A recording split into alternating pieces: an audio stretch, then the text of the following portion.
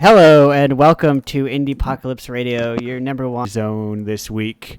Hanging out at a nice brisk 2 p.m. for myself, but at 7 p.m. for people, in the middle of the country or in the middle of the world, as the maps were designed to be Eurocentric with the big old fat Europe in the middle.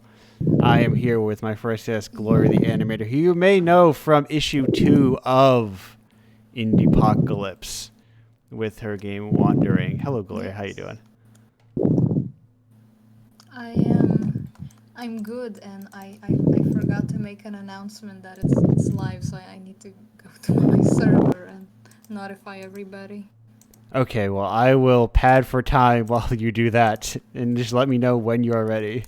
Oh, it's only gonna take like 3 seconds. I just have to tag everyone and yell like, "We live!" Perfect. Enter. I can easily cover it for 3 seconds. Boom, done. In fact, you may have already done it in the time it took to explain it to me. Exactly. Perfect. So, are we supposed to have questions? We did not receive. It is very hit or miss whether we receive any questions. Sometimes I've received like 12. This time we had received 0. Oh.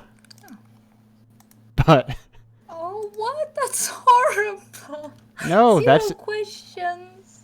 that's actually, I would say, a very standard number of questions that we receive, and it has nothing to do with last week. I would say that we had, in terms of, I don't know, conventional level of fame, a stacked show, which also received 0 questions. So don't take it personally.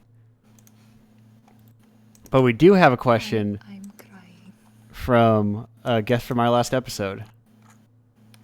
And it is, if you could go back in time and give a younger version of yourself a game from the future, what game would you give?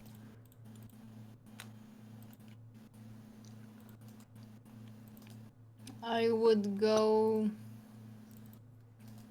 Yeah. Like, do we all answer? Like, Oh no, it's just this, after Gloria, one? the segment's all yours. Oh yeah, great! All about me. Yes, this is I'm getting your hour. these This is people, your so half this is hour. perfect. So I would go to 1880 because the fashion was so goddamn good those days. And let's just say they have consoles those days. Okay, so in this Or fictional 1818 world, computers. and they have consoles. Yeah, like What- steampunk, we have computers, consoles, right? I would give myself Unreal Engine so I can make games because I don't enjoy making games as much. I mean, playing games because like they're gonna get boring after a while, you know. No matter how many hours you put into a game, you will eventually get bored of it. You know, like after a few Yeah. years or something, maybe even a few weeks. So why not just create more games that you can play afterwards and plus maybe make some profit? So you were here thinking in the future, like you were planning, like I'm just gonna make my own games instead of. Yeah, that's kind of always been my strategies. Like all these games suck, I'm gonna make my own. Well, perfect. Now, if you were to give a game to your younger self, like all without using the games that exist now, what game would you give to your younger self? Probably Heroes of Might and Magic 3. Okay. Is that Did still you when know they about were? that Like, game?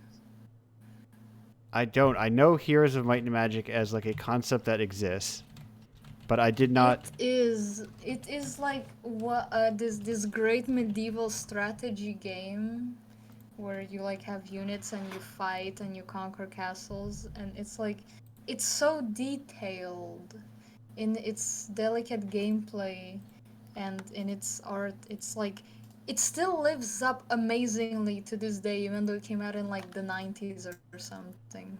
Oh, is that one of those styles of game where you like there's a map and when units like meet and fight on the map, it goes into like a grid, and you have like a bunch of. Like you have to move them, and like there's turns, so like your enemy makes a turn, they can like invade your castle and stuff. Yeah, and then there's It's like a great co-op game too.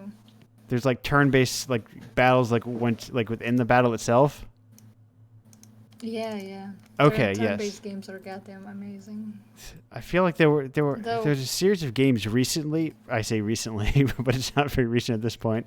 That was like that style I've of actually RPG. seen like an absolute rip-off of this in on Google Play, which is just like almost point and click game, like almost a clicker, and it basically traced the assets from the original. Oh, geez. It was so horrible, and there was like another copy from like a different publisher, but the only thing that's different is like one asset. Yeah, I think there is like if you go looking for it, I think there's a surprising number of just like straight rip-offs on phone stores. They're just like, but like to be honest, when you think about it, Heroes of Might and Magic 3 would work great on mobile if you just port it and modify the UI a bit. Like it would be perfectly doable. yeah. I mean, I guess it's gonna be up to me to make that game on mobile, reinvent. right, You yeah. know? Yeah, if somebody has to, I mean, I know, and who else is gonna do it if nobody's gonna do it? right. That seems like Somebody a lot. has to take the responsibility. No, that seems like a lot of work. That is to say, It will probably be a shitload of work, so right. I'll just delay that to like 5 years in the future. Right. Do it, or make a very, very tiny condensed version of it.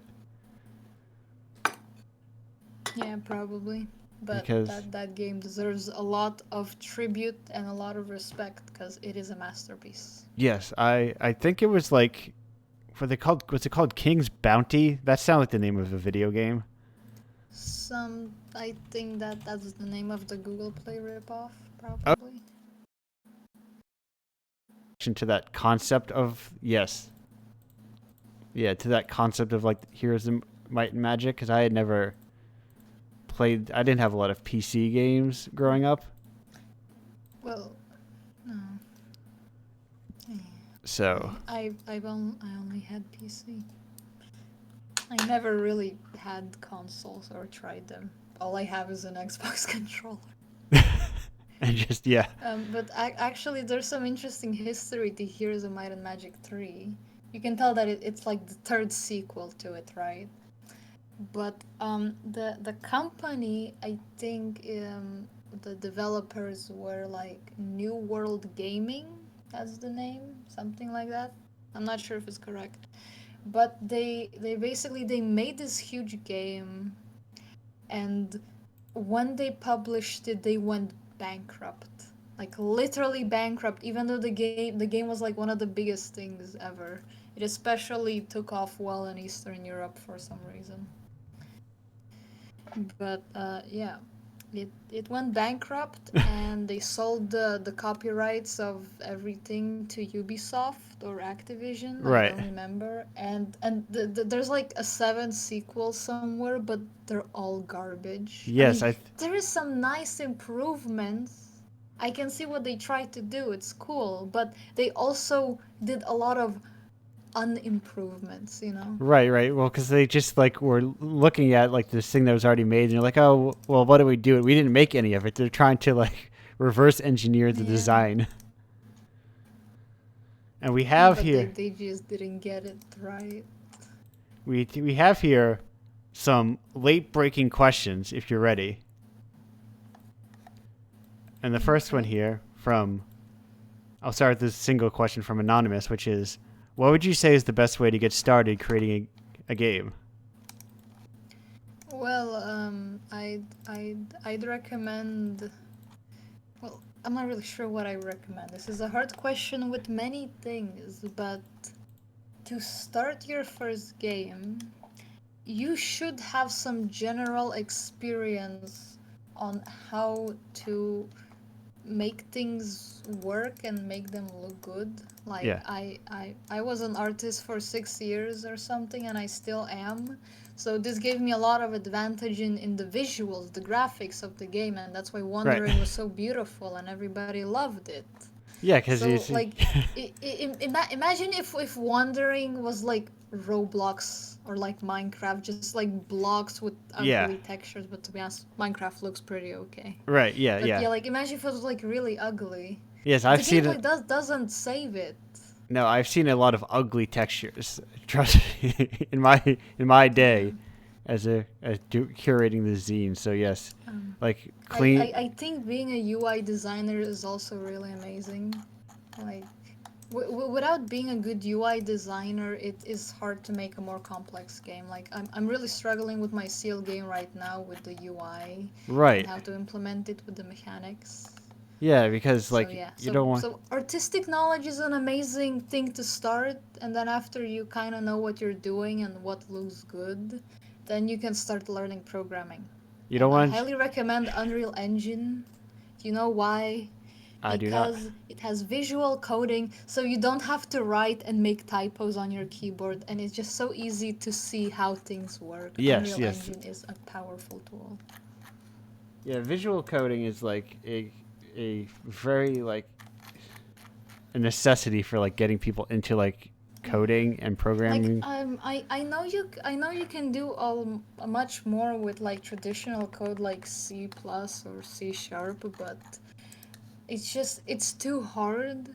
Right. And most of the time, you can just make the things you want with blueprints, the Yeah. Unreal Engine coding language, unless you're trying to do something like really, really, really, really, really innovative or like weird or unique, you know, Right. or something that the blueprint just cannot handle.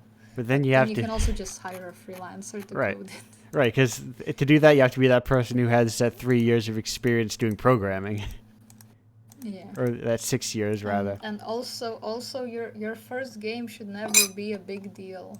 Right. 'Cause, like your first game, you're not gonna know anything about coding. Like wandering has bad bad things. I mean Right. it's good. The But game is good, but it's not exactly how I imagined it Right. because I was like learning coding with it. It was my little practice. I'm like, okay, how do I do the basics? Like, okay, let's see what happens if I do it. Yeah, it's like, oh wait, I just lost you. I think your microphone may have come undone.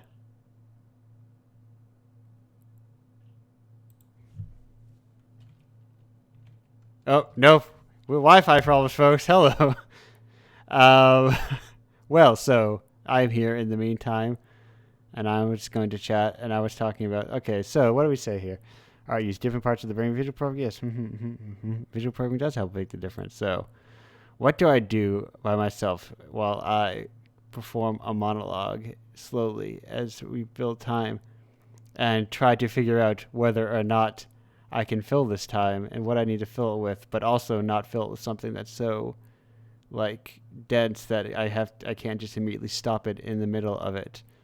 So instead, what if we just like hang out for a little and I don't know, I don't want to. Well, let me look at the chat. Interesting. Oh, you know what? I can answer these questions. What's a good way to start? Oh no, I am so sorry. Oh, hello, you're back. Hello. It was not the internet. The microphone turned off because it's wireless and I need to find the cable. Oh, okay. But it's fine. I'll just use my laptop's mic Okay, perfect. for like a moment. That's fine. It sounded like a microphone pop, like it was like a microphone turning off. Yeah, I didn't notice because I didn't look at the light. Yeah. Yeah, that's. Oh. I knew I should have plugged it in, but I forgot. Don't worry. So, I mean, this just sounds... like count to 3. I'll get the cable. Okay, 1, 2, 3.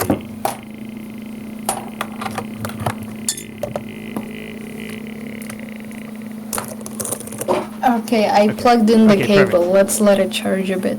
Okay. Yeah, your laptop, it has like some ambient sound, but it sounds mostly fine for right now. Yeah, that's probably like the fan, the spinny things inside of it. Yeah. You know, computers I- like to spin. Yeah, mine is surprisingly like these brand name microphones are not bad in terms of noise canceling because I'm right next to my computer fans, and as far as I tell, it's Yeah, like the mic is somewhere inside the laptop, and there's spinny things in the laptop.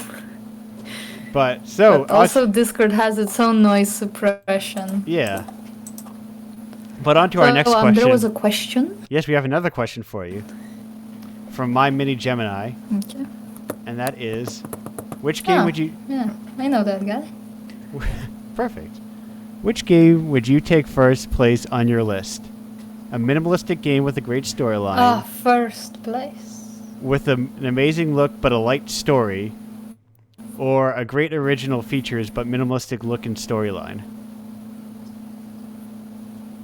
Well, there's only one game that is forever my favorite and ever, forever, ever the best game of all time that every single person should buy and just invest into that developer. Okay. It is called Hades.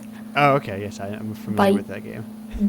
By Epic Giant Games? Super Giant. Is that the developer? Yes, Super Giant Games. Yes. I love that game so much because I love action games. I love single player action games. I love beat 'em ups where you just smash buttons and you feel good and it's easy to play.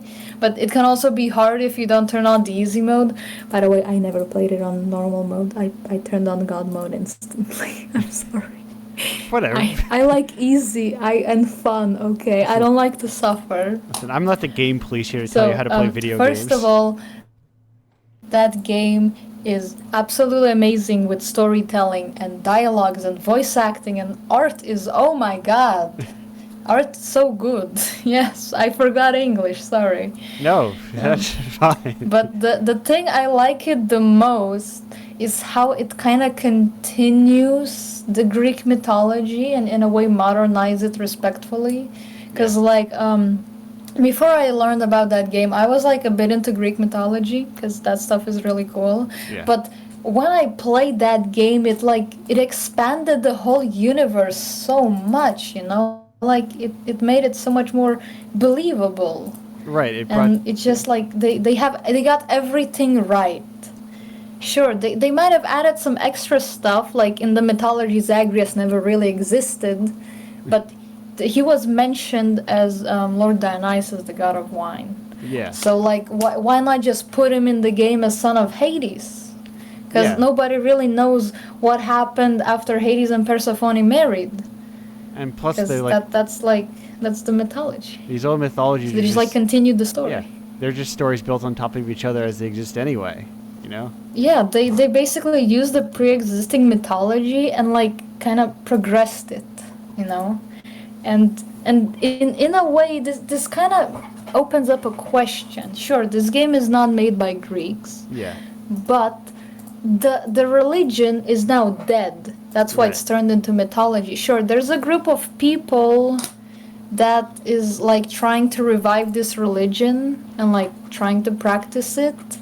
But they're not really a big deal. But because the religion is now kind of revived, how about we kind of implement this story and progress it? You know, how about we continue making stories about those gods, because that's how the religion started. It started for entertainment. Right, and for the most part, aside from little bits and pieces here and there, it was when was the last bit of Greek mythology published? You know.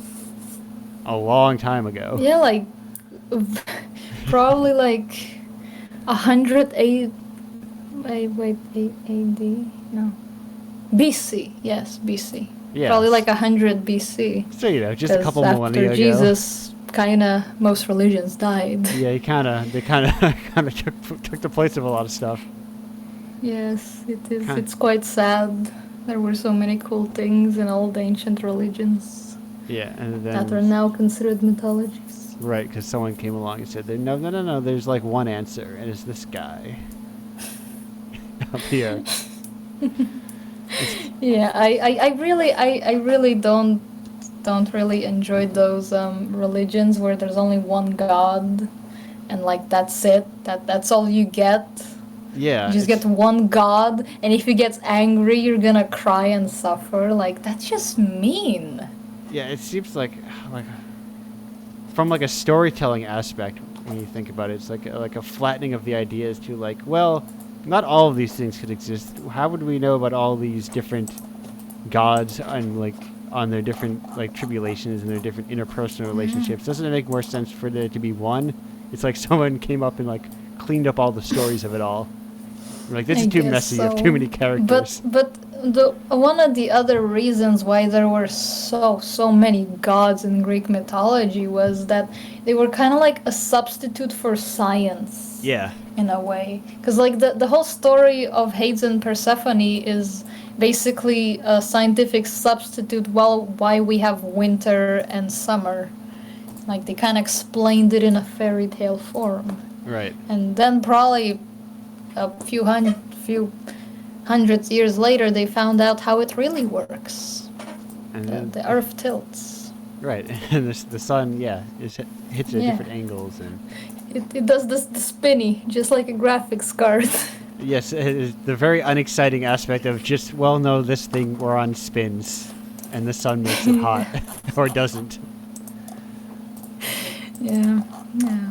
But the universe is a weird place. Yeah, and it turns out there's a lot less exciting than you think it is. It's just very plain, and there's not very much interpersonal drama. We don't have snow and hail because different gods are getting angry at each other or something. Yeah. Or there's petty contests. It's just because sometimes the snow gets colder and wetter, and then it turns to ice. Indeed. Yeah, the first scientists were probably pretty crazy people. Well, yeah, there's just like a slow roll of just like things being renamed from philosophies to alchemy to science. Did you know that like we only really started to get the hang of viruses and bacteria in like 1920s? That's like only 100 years ago. That's nothing. Right. Like, yeah. That's insane. Yeah. Well, think about I think there's like just like not having like sewage, and there's a lot of just like simple things that we have now that we take for granted that people did not have for a very long time. It is so great how like we have so much urbanization going on these days, though.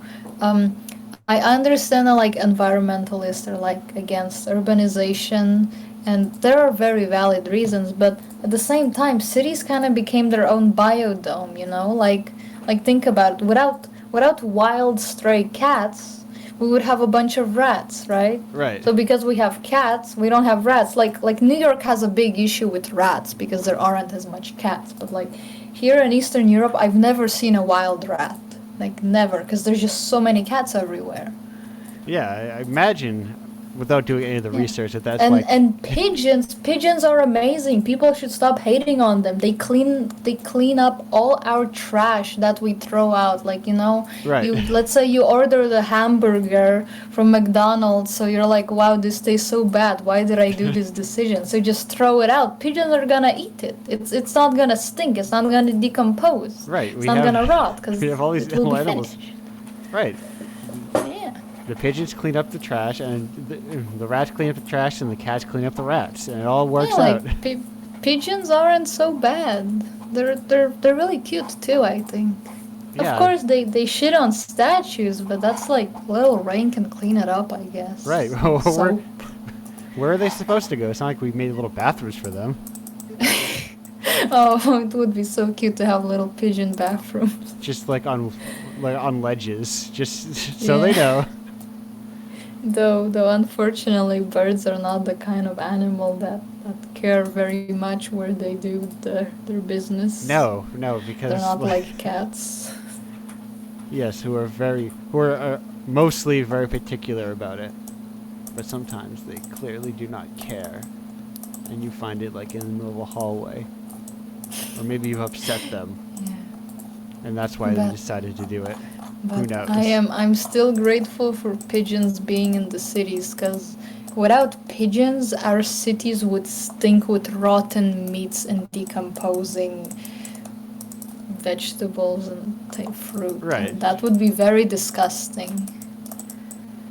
Yeah, that was, yes. As someone who does not have pigeons in my house, you know, when food goes bad, just kind of like keep the trash lid closed Yeah. because nobody's going to clean it. It's dangerous. Right. I am very guilty of leaving things in the fridge for several months. Yes, And don't do that. If you know it's gonna go worse, then just do it before it gets worse. yeah, there's nothing more. Gloria, have you ever been digging through a pantry and found like a thing of food? You go, wow, this label is like 3 brands.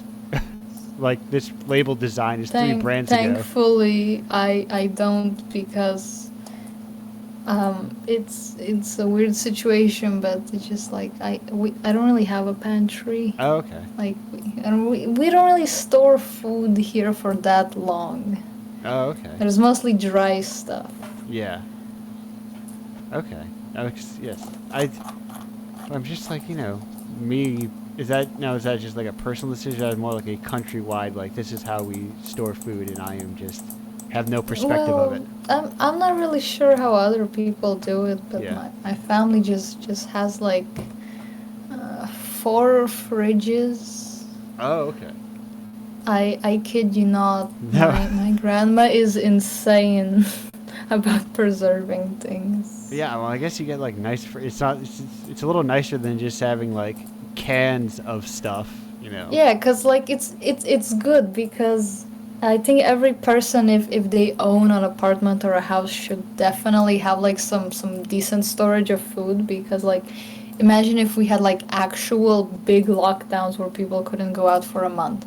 Half of the people would probably starve, but in families like mine, like, well, you just have a bunch of rice, a bunch of noodles, you hungry, just boil it, Yeah. you know?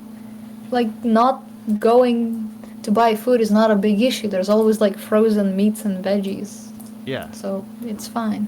It's, Freezers are the best thing humanity ever invented. right. You just. Yeah, people used to have to worry about food, and now you just throw it in a box and it stays good for.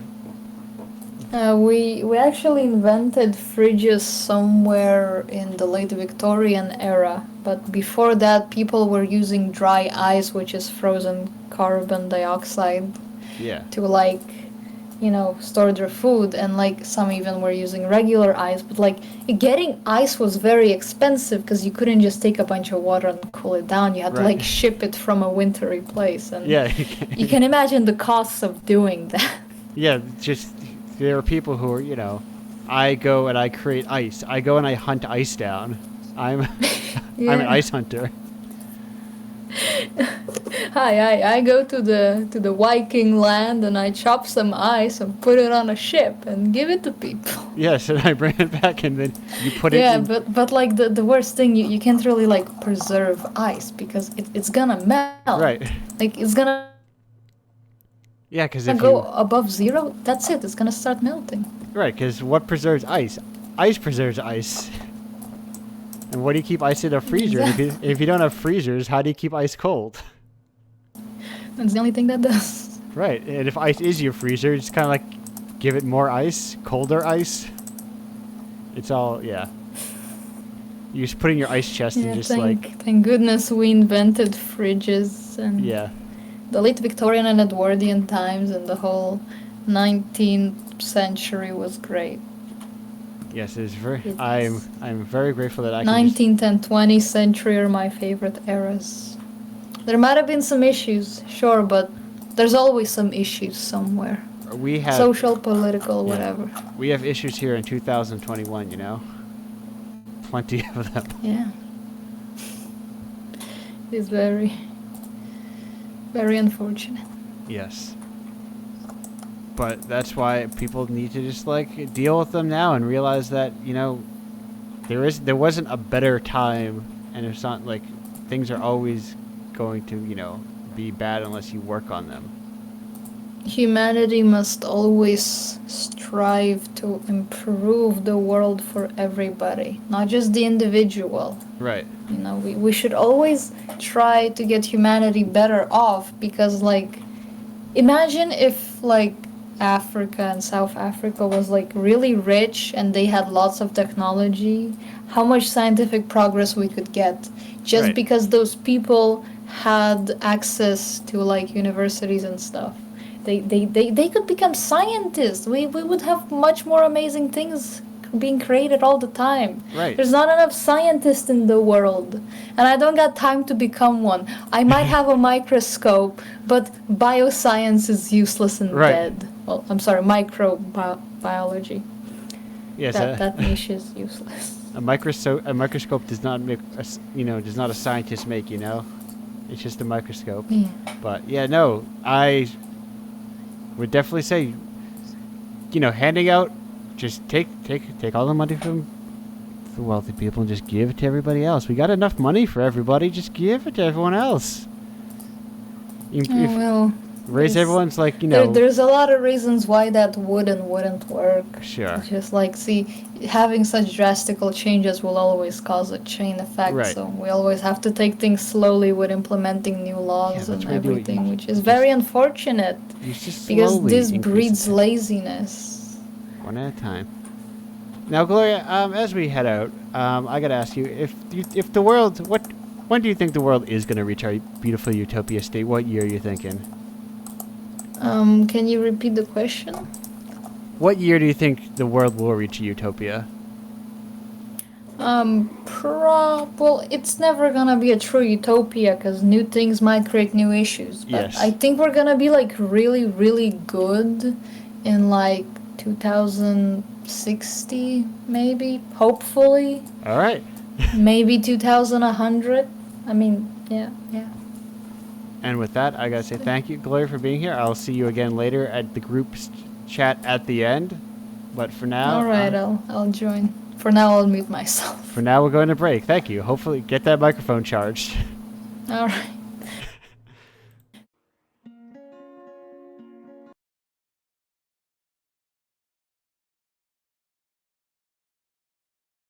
Hello, and welcome back to Indiepocalypse Radio. I'm here with our second guest, Julie, who you may know from issue 8 of Indiepocalypse with It's a Beautiful Day, or that animation that just played at the right before this segment, or the much longer animation that played at the beginning of the show. Hey, Julie, how you doing? Hi, I'm fine. How are you doing? I'm doing pretty good.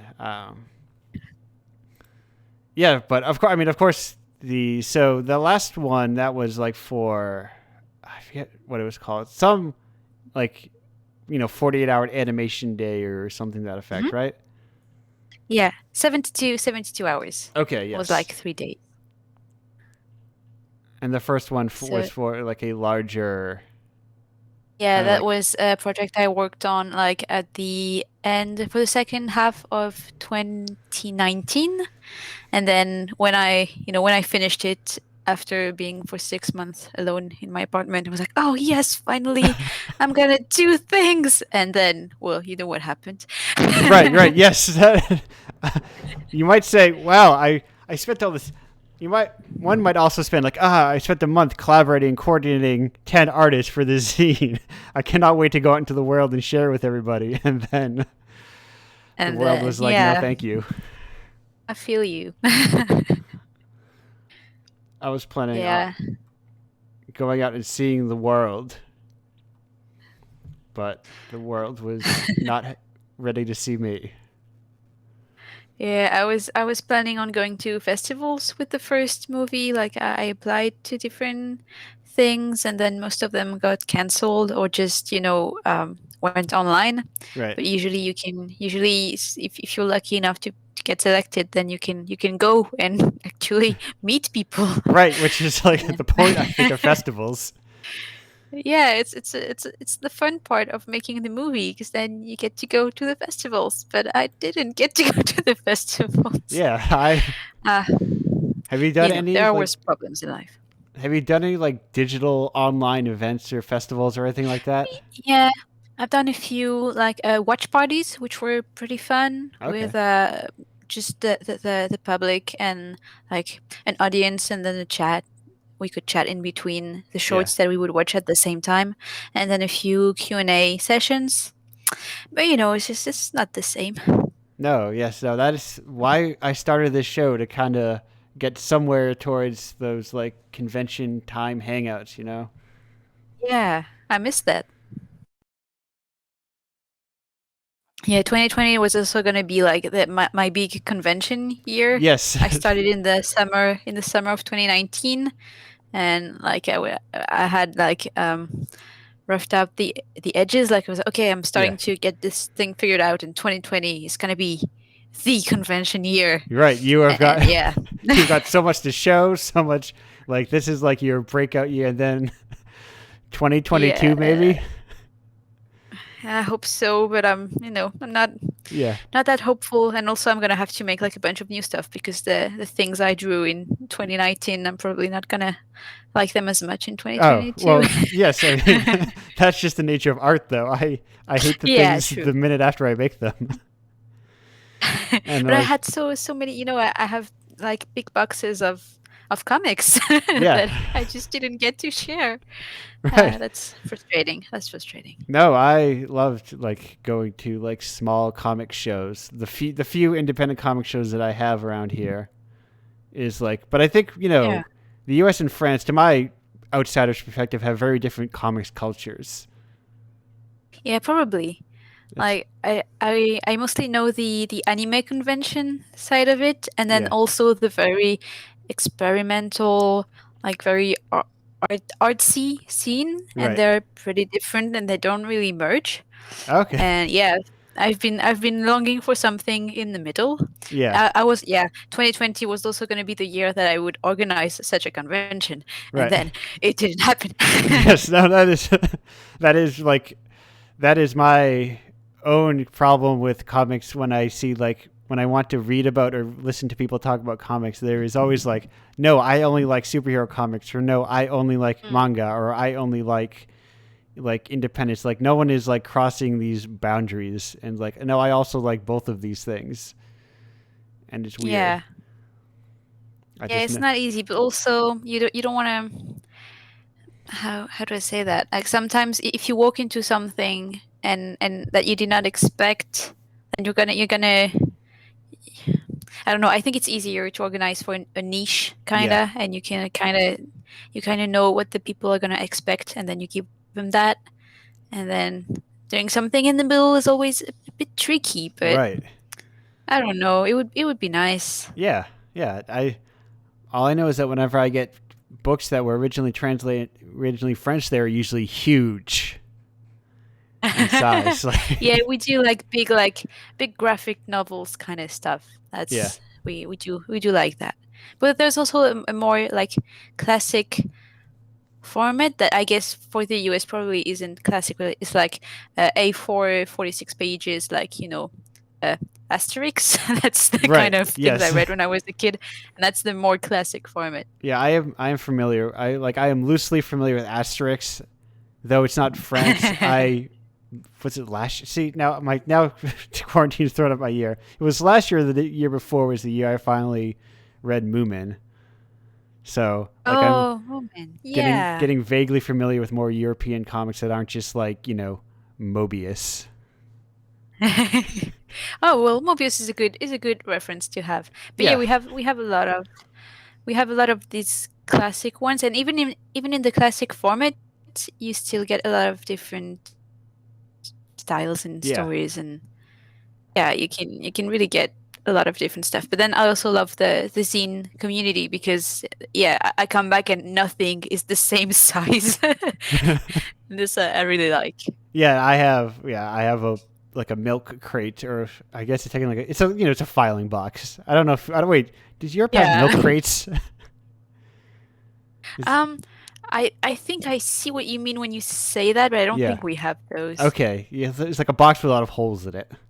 Okay, yeah, okay, I see. Yeah, I just googled that, and yeah, we wouldn't call it that, but yeah, yeah, we do have those. Okay. Yeah, I have that. That's all my mini comics and zines. I just have them in file folders and something like that, because they all come in like 15 different, like, oh, I printed mine is super long, mine's super thin, mine is a million different sizes, because that's just what size you made the art, and that's the beauty of zine Yeah, making is you can just make them however you I want. just That's the best part about it. Nobody is your boss. Yeah, but then it's true that on my bookshelves, the zine shelf is a bit messier than the Oh others, yeah, somewhat. I mean, that's why I got that filing. I am very Yeah. particular about my bookshelf. My bookshelf is it goes by size, by publisher, and then Oh, by title. But it looks really wow. cool because Yeah, you have I bet. you have matching spines, and it gets bigger as it goes on, so it's not like awkwardly up and down. And it took a long time when I decided I wanted to do that.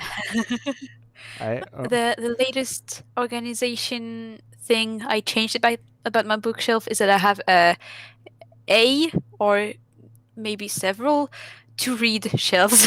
okay. Is that I started that so that I don't have to go through the whole bookshelf to choose something to read. Like I know what I'm supposed to read, and it's in those shelves. Yeah, I am very particular about where I don't put anything on my shelf until I've read it. So if it starts Oh, okay. so if it starts to pile up, I'm like, "Ugh, I gotta clean up this pile. I just have to read them. Yeah, I have this problem where like I don't know if you've ever seen like this tweet going around which says, um, buying books and reading books are two very different hobbies, actually. Yes.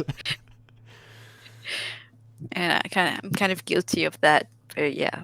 Well, they're nice to own. They're like a lot of times they have good art and like lining up the spines. Listen, books are nice to own. Yeah. Yeah, they're my favorite object probably. Just love a good book. And especially if it's like a book that has art in it, you can just like a comic or an art book. You can just like anytime you can just like flip it open, like look through it, and it's there. Yeah. And even like you were talking about the Moomins, Yeah, I got some nice editions. Like I think they're pretty new with like they're so cute. Just the covers are so nice and they just look so good on the shelf. And inside, I know it's just filled with these wonderful stories. And yeah, it's just like it's an object that's full of emotions. I just love right. that. Yeah, and yeah, I cannot deal with my movement. It is like the one like I think it was like Drawn and Quarterly put it out. It's like huge. Oh yeah, yeah. I One of know those this one. like massive tomes, which I really like those because I like big thick hardcover books, but also it's not very practical for just like Oh, picking this up. one, yeah, this I think I know the one. This one is very, very big. Yeah. I was thinking more of the stories like that are maybe a bit more for kids, Yes. the novels. Yeah, yeah, I think that's like the collection of all of her like dailies or weeklies or whatever. Mm. Yeah, from when they were published in the paper. Yes, I believe that's like that complete collection of that. Mm.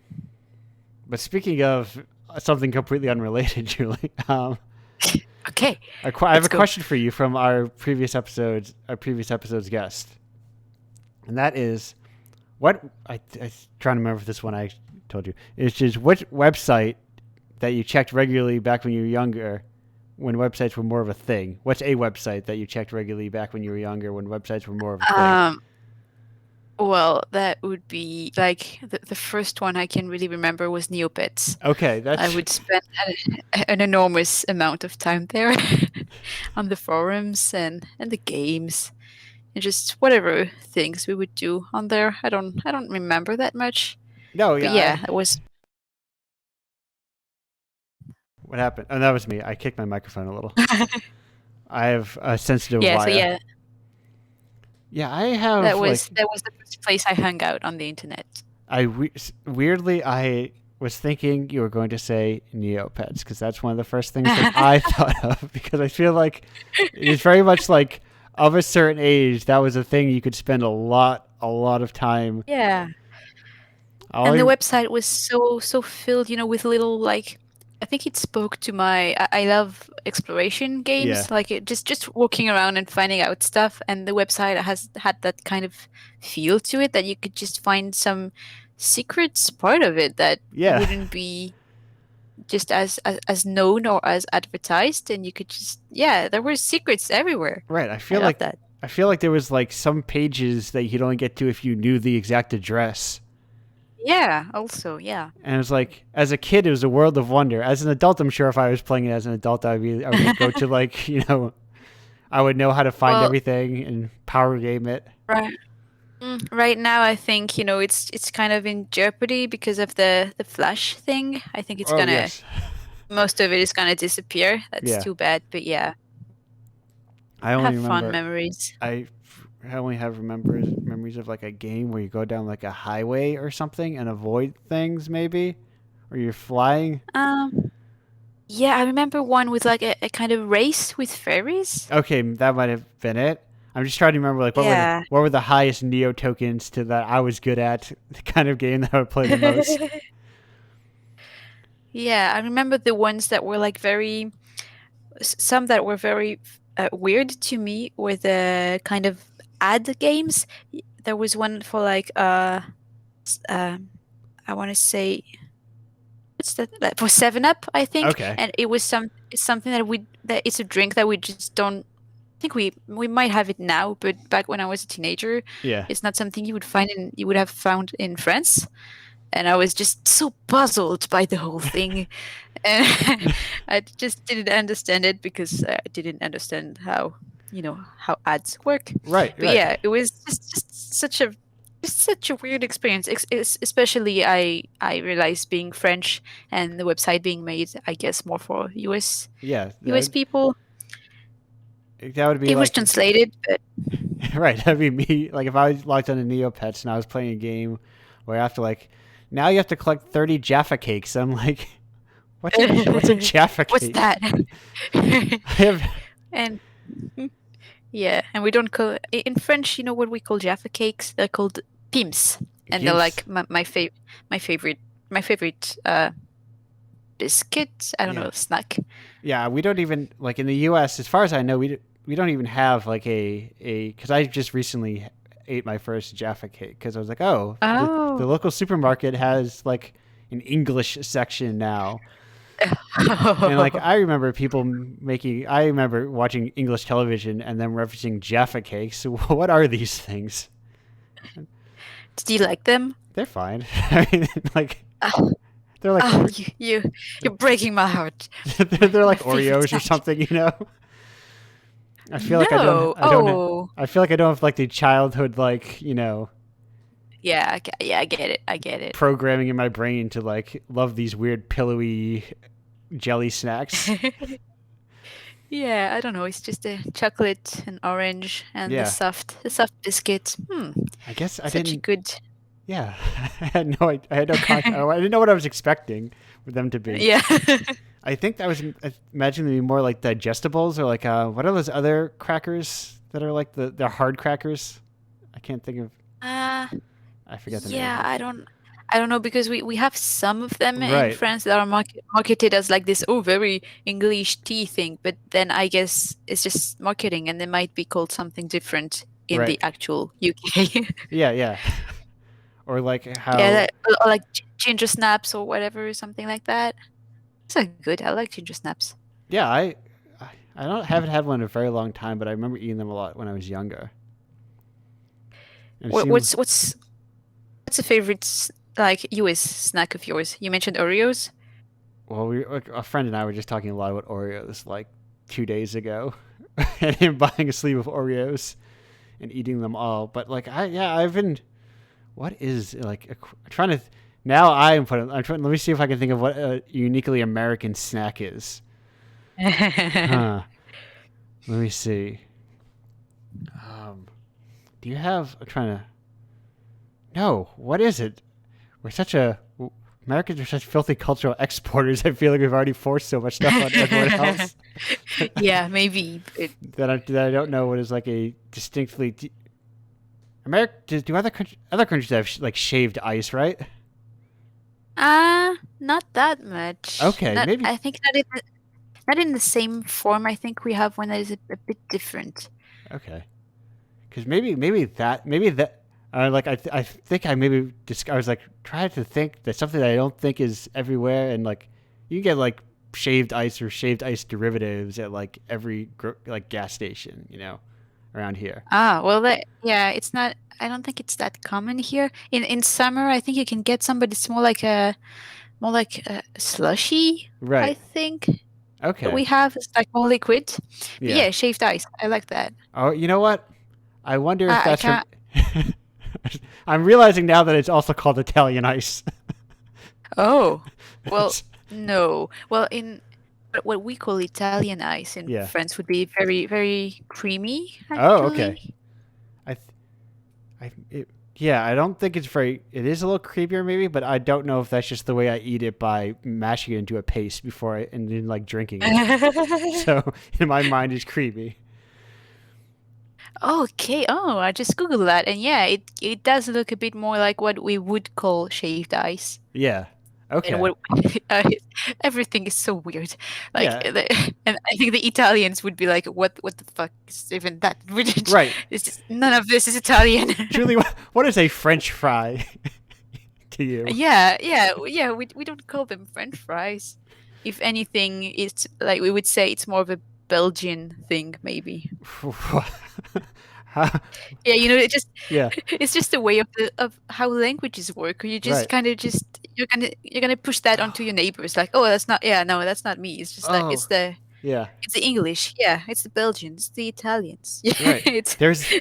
I wish I could remember this. There is a word that I love that I believe it's a French word. It's a French word that's a loan word, but it means like borrowed words. It's. I have to look it up um during the break because you know how there's like yeah loan words that we just take full cloth and like just use them as the words themselves, and then there's like um other words that are I, like we kind of reinterpret them. I can't remember. I'll look it up later, and not in the middle of our discussion. But anyway, it's a very good word. I like it because it's okay, like well, just, yeah, tell me what it is, because right now I can't, yeah, I don't know what it could be. and I mean, you may not have the context for it. It may just be like not you. Why would you need the word for that in English? Because you're in France. Why would you need that? You don't have like it's not a loan word for you. For you, it's just a word. You know? Yeah, true. True, but it's interesting, like, having to navigate the internet in Yeah. English basically most of the time, and yeah, the whole language thing, and even like trying to infer some, like, everything. I think what is really hard is to know what kind of level of insult a curse word is, because Oh in French yes. I kind of know, and in English I don't know. Sometimes I don't know if I'm super vulgar or if I'm just using old-timey things that people would laugh at me for. And I think Yes. it's really hard to navigate. No. Yeah. I had a very particularly bizarre experience in like high school with that like just in America with someone using a very outdated like slur, and it was a weird combination of people like laughing at the person because it was outdated, but also be like telling the gym teacher like, yeah, hey, he just said this and that's messed up and he cannot say that. But also, what a clown! He's using a word like he's from the 1860s or something. Nobody says that anymore, and it was a Yeah, bizarre experience. slang is weird. Yeah, yeah, no, it's. I often like wonder sometimes. Like I think of it a lot when I think of humor, and I think that's why it's trickiest for humor to cross cultures, Mm. especially humor that's like baked in terms of like cultural acknowledgement and like irony. Like it's hard to tell when a different culture is being ironic or sarcastic as Yeah. easily.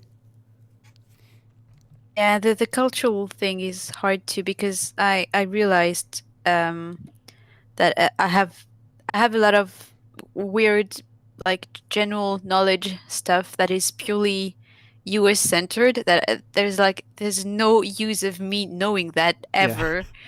And I'm like, well, I'm thankful that my brain isn't like a hard drive. I know it's like kind of infinite, yeah, but if it wasn't, I would be kind of bummed out that I have so much useless stuff I know from Twitter that right. I'm just never going to use that. Yeah, like how many U.S. states does someone who does not live in the United States really need to know? You know? Yeah, true. And but ever since, there's there was like a Friends episode where they're doing the thing, and Ross can find the 50th or the 52nd. I don't know. Is there 50 states, right? Yeah, Not there's 50 52. states. 50. Yeah, and I was like, oh, I should do it, and then I realized I probably know more U.S. states than the regions from France. It's kind of messed up. When people submit like to their like as their like profile pages for the website, I have to look up like they included this thing. Is this a city? Is this a province? Is this a region? Like, do I break this down? Like, because I separate in the U.S. It's easy. I go yes. I do United States and I break it down by states. In Canada, I go, yeah, I know Canada has provinces because I'm very close to it. So I'm like, France, does France have provinces? Surely it must. Every country must have it. It just makes organizing things easier. Yeah, we kind of we have them, but we wouldn't, since they're very small, Yeah. and because France is small, and Right. so you wouldn't include them on a like a letter. You wouldn't include them on a letter, or if you say I'm from such city, you wouldn't. Yeah, there's no two cities that's named the same in France because it's so small. So you Right. don't have to say Paris, Texas, because it's Paris. There's only Right. one. Yes. Whereas the United States, we have not only a Paris, Texas, but Several. I think we have like a Paris, Missouri, and a Paris.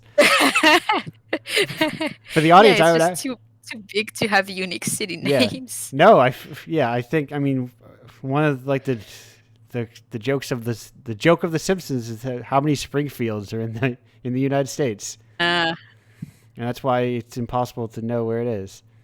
Oh, to the chat out there, if you have not seen the film Paris, Texas, I'd highly recommend it. It's a very good movie.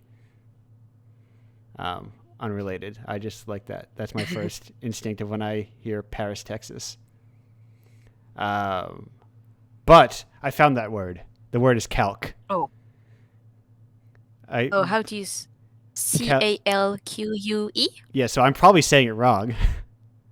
Oh, it's fine. I Okay. understood. But so what does it? So So- it means a borrowed word. So calc it's a word borrowed from another language. It's like a literal word for word translation. But calc itself is a loan word from French. Like it's just a French word that we use. Yeah, and in French it doesn't mean that. Right. So it's a loan word. It's a non-literal loan word used to describe literal word-to-word translation, like borrowed phrases. That's funny. I think Yeah. what we use as I guess what we use for that is un faux ami, like a fake friend, like words that look the same and actually they mean something very differently. Yeah. But yeah, calc means it's more like it's the paper. It's like tracing paper. Right. Calc. Which makes sense for So what it is. makes it makes sense. Yeah, it makes sense. Yeah. But it's also it's Or like a layer, or just a layer in Photoshop is a calc. Oh, layer. okay. Yeah, It still makes sense. So, Julie, I gotta ask, as we are approaching the end of our little segment here, how many Photoshop layers do you usually like to have? Oh, What's your philosophy? I create a lot, and I don't name them. Oh, perfect. So I have a lot of them, and they're all named layers 72, layer 73. Well, I'm trying to be. when you're working, it takes a lot more time to name every layer. Yeah, but you should, because you never know when, like, every time someone's like, "Oh, I could help you with that," and I'm like, "Oh, well, yeah, okay, sure. Just don't look at the layers." It's like, bringing someone into your messy apartment, and you're afraid that people are gonna be, "Oh, Right. but you live like this." No, I know where I do know where the remote is. You just go. I know where everything is. It's just my organization, okay? Yes. Listen, no. You're looking under the wrong sock pile. You want to go to the other sock pile. That's the one that has the remote. Yeah. So I use a lot. I don't have a number for you, Perfect. but I use a lot. Perfect. No, I mean I'm similar. Why would I need to name them when I can just click the little eyeball to find out which one I need to use? Yeah. Exactly. And then you would click through the 72 layers to find that it was on the first one. Yeah, I just kind of gotta. Eventually, my heart, I'll know which layer it is, and that'll need to solve the problem. But Julia, it's great to talk to you. I will see you back in Likewise. in like, an hour or so. Go on a break now. Goodbye. Bye.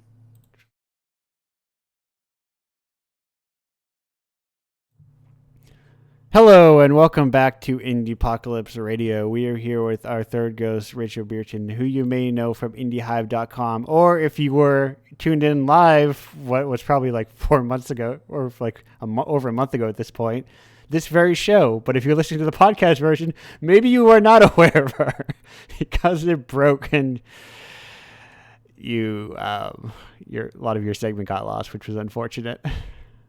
Welcome back, Rachel. Oh, thank you very much. Thank you for having me back. That was a rough night, and since that night, I have started to I fully shut down my computer before every show and turn it back on to make sure there's no because when I shut down my computer that night, it was like it took a long time where I had to just like shut it off with the main power, so something was like hanging in the background or memory leaks or computer things, But It's not what you want. No, don't want. It was eventful. Yeah, that was. I think it was like a crash, like every 5 minutes. It was a mess of a night. But we are past that. That's behind us. It's only broken one other time last week, but we should be fine. And even then, I was able to correct it pretty quickly. But how you doing? That's really true. Yeah, I'm pretty good, thank you. Weird. And yourself? I am doing great. You're in being my third guest. You are, you get me when I'm at my punchiest. I'm fully in the conversation mood. I am just having a good time.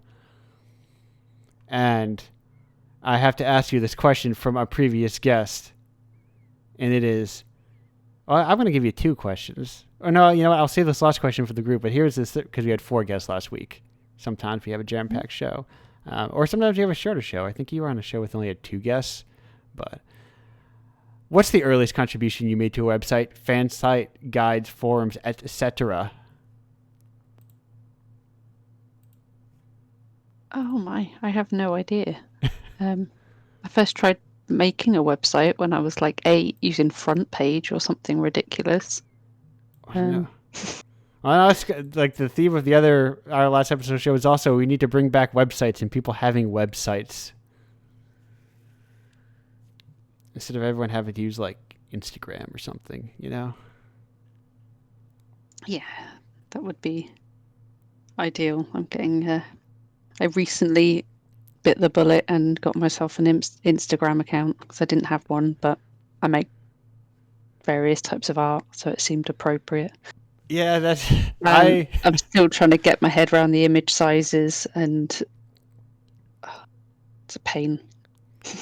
Yeah, I have Instagram. I still regularly ask contributors if they have Instagram handles as well, but you can't post it from your computer without doing a lot of extra work. So I'm like, you just need to change it to turn on developer mode and switch it to a mobile device. To me, that's a lot too much extra work. As someone who has occasionally dug straight into opened that developer mode and dug into the code to find the source of an image so I could just download the image from a website when they don't want you to save as. You can do that. If you dig into that code long enough, you'll eventually find the root and you can pull up that image address. But something about that was like, oh, this sucks. I don't want to do this. But I really should. Instagram, I have to be more, better at social media and advertising the zine, as it were. But speaking of websites, what was that website you were making as an 8-year-old? Do you remember? I honestly can't. Oh, I know there was a lot of green on it. Okay, so it was just it might not have been a themed website. It might have just been I'm making a website. It was probably just going to have all of my crap on it. I used to write things and make pretend little magazines and crazy drawings. It's probably just going to be a big old pile of junk with a green background. Right. Just find a way to click upload images. upload images. Oh. The first computer we had a 1 gigabyte hard drive. Well, the images could only have been like a couple of You see it. kilobytes. Yeah, they had to be. Had to ask permission to save something on Paint. But speaking of websites, you have another website, which we talked about earlier in our Made previous into show. page. But a little Indiehive. yes, Indiehive. What is Indiehive? Just a small website where we do indie game reviews, the odd developer interview, some editorials. Just a quite heavy focus on indie games, the occasional retro or AAA, but indie for the most part. Right. And, Because yeah, Gloria actually started writing for us as well. yes, we have. Probably a couple of months ago now, but we met through Indiepocalypse stuff, so That's what I'm thank you trying. for that. Well, thank you. That's part of what I'm trying to do with this thing is, just make a little weird epicenter for people to connect and then just like hang out and talk and meet each other without having to like go to shows or how do a bunch of people with like, who none of them who are famous find other people who are famous, it's complicated. And I'm hoping to help with the little ways I can. Being the middleman, but the wanted middleman. Yeah.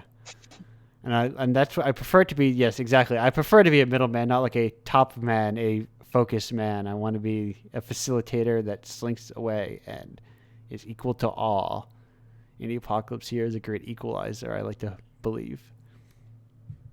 Just sort of bridging gaps between people who probably wouldn't connect otherwise. That's the hope. Yeah. And it kind of works.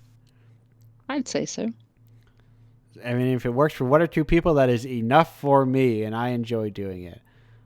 But that's... Going back to Gloria, if you want to hear more of her thoughts on Hades, she did actually write a review on Indiehive about that particular game. So yes, I saw that. Was that like her first contribution? It was, yes. Yes, I remember seeing that. Either it might have even been in the Discord, indiepocalypse.com/Discord. People talking there maybe once a week or so.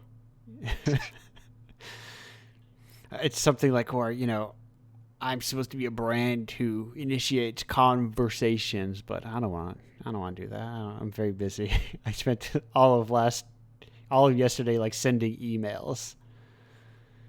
Better to have a few messages that are worth looking at than big old server full of spam.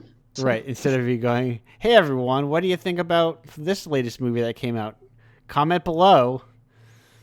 I don't have time for that. That's just... I don't even recommend things to friends, but that's more of a case of my personality, and I always feel uncomfortable recommending things to people because I don't like giving them the pressure of trying to like the things I like, I feel more comfortable recommending stuff if I know the person right that I'm recommending to. Have a better idea of whether or not they're going to enjoy it rather than just whether or not I did. Yeah, that's my own tricky like feelings about like just I guess like critic reviews in general. It's like if I don't know the person, I don't know their taste, it has to be like very well written for me to like to understand. But because I'm very particular, and I'm also very like I'll just go with the source. I'll just find it myself. I mean, when I'm writing my reviews, it's obviously an opinion. It's my opinion, but I try and be somewhat objective and sort of think more about what the developer was trying to do with the game. Yeah. Yeah, it's like a tricky thing, but it's also I think very satisfying when you learn once you like find and understand like a critic's voice and their opinions, because they're like a lot more like bleeds through and like you understand a lot of like I guess what is unwritten in their text, like the assumed taste. Makes sense. I think it's interesting.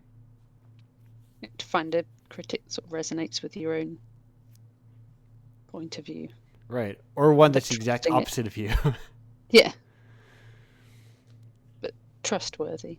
Right. It's Yeah. familiar.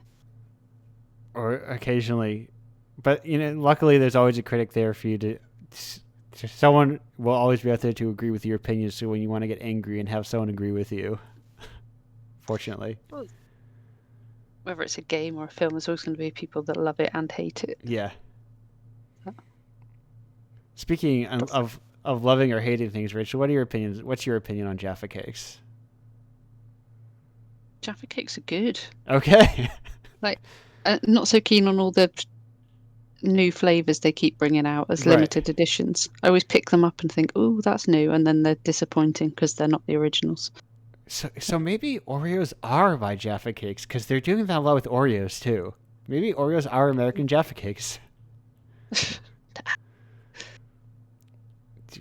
Are Oreos the best milkshake? Are Oreos a thing in Europe? We have them, but they're like they're an American biscuit. Okay, yes, that's what I thought. So maybe because I feel like I see like green tea and coffee and double chocolate and just like a million. And Jaffa cakes are definitely a cake. There was like an actual legal thing here. Yeah, but they have to decide whether or not it was a biscuit or a cake because biscuits aren't taxed as much as cake. Okay. I wonder if that's why there's that whole Subway thing a while back about how sandwiches are legally cakes or something. It's exactly the same. Yeah, that was in Ireland. It's exactly the same thing. There's too much sugar in their bread for it to technically class as bread, at least according to whatever definitions we're using. Right. So they had to charge. Well, they have to pay more tax on it. Right. Yeah. Because it's not bread; it's a sugary food. Right. No. I've definitely had like convention Subway sandwiches, which is usually when I would eat a Subway sandwich because it's very cheap for a big thing of food. And those are definitely like spongy and bread adjacent. It's just the sugar content. Yeah. I guess that makes sense. Like in terms of like the taxation, because if you just read articles, you're like, they're so weird over there. Why are they doing that? What's the difference? I suppose if I dare to bother to read Twitter clickbait, I would know already, I'm sure. But I would never. You'll catch me dead before you catch me clicking on a trending topic to learn more about it. Defiance. Yeah, I don't need these algorithms telling me what I need to read. Rachel, what do you know about Freddy and the Dreamers? Are they? How aware are you still of them? How aware is England still of Freddy and the Dreamers? I am not aware of Freddy and the Dreamers. Poor Freddy. I became a comic artist mentioned him, and I became mildly obsessed with him because it's like time is a flat circle. It's just like it reminds me of TikTok and people just making up stupid dances to get famous. See, I don't know who that is, and I don't use TikTok or read comics. Well, so, I'm a tad lost if I'm going to be honest. Well, TikTok is remember Vine? Yeah. I know what it is. I've just never used it. I don't use it. It's more of I see it occasionally. Yeah. Tend to scroll past. The kids are funny though. I like it helps me remind me that the kids are funny. But they certainly can be. TikTok aside, Freddy and the Dreamers aside, they were like, I think there was like Beatles adjacent English pop rock music, I know it sounded like that era, maybe a bit later. The Freddy and the Dreamers.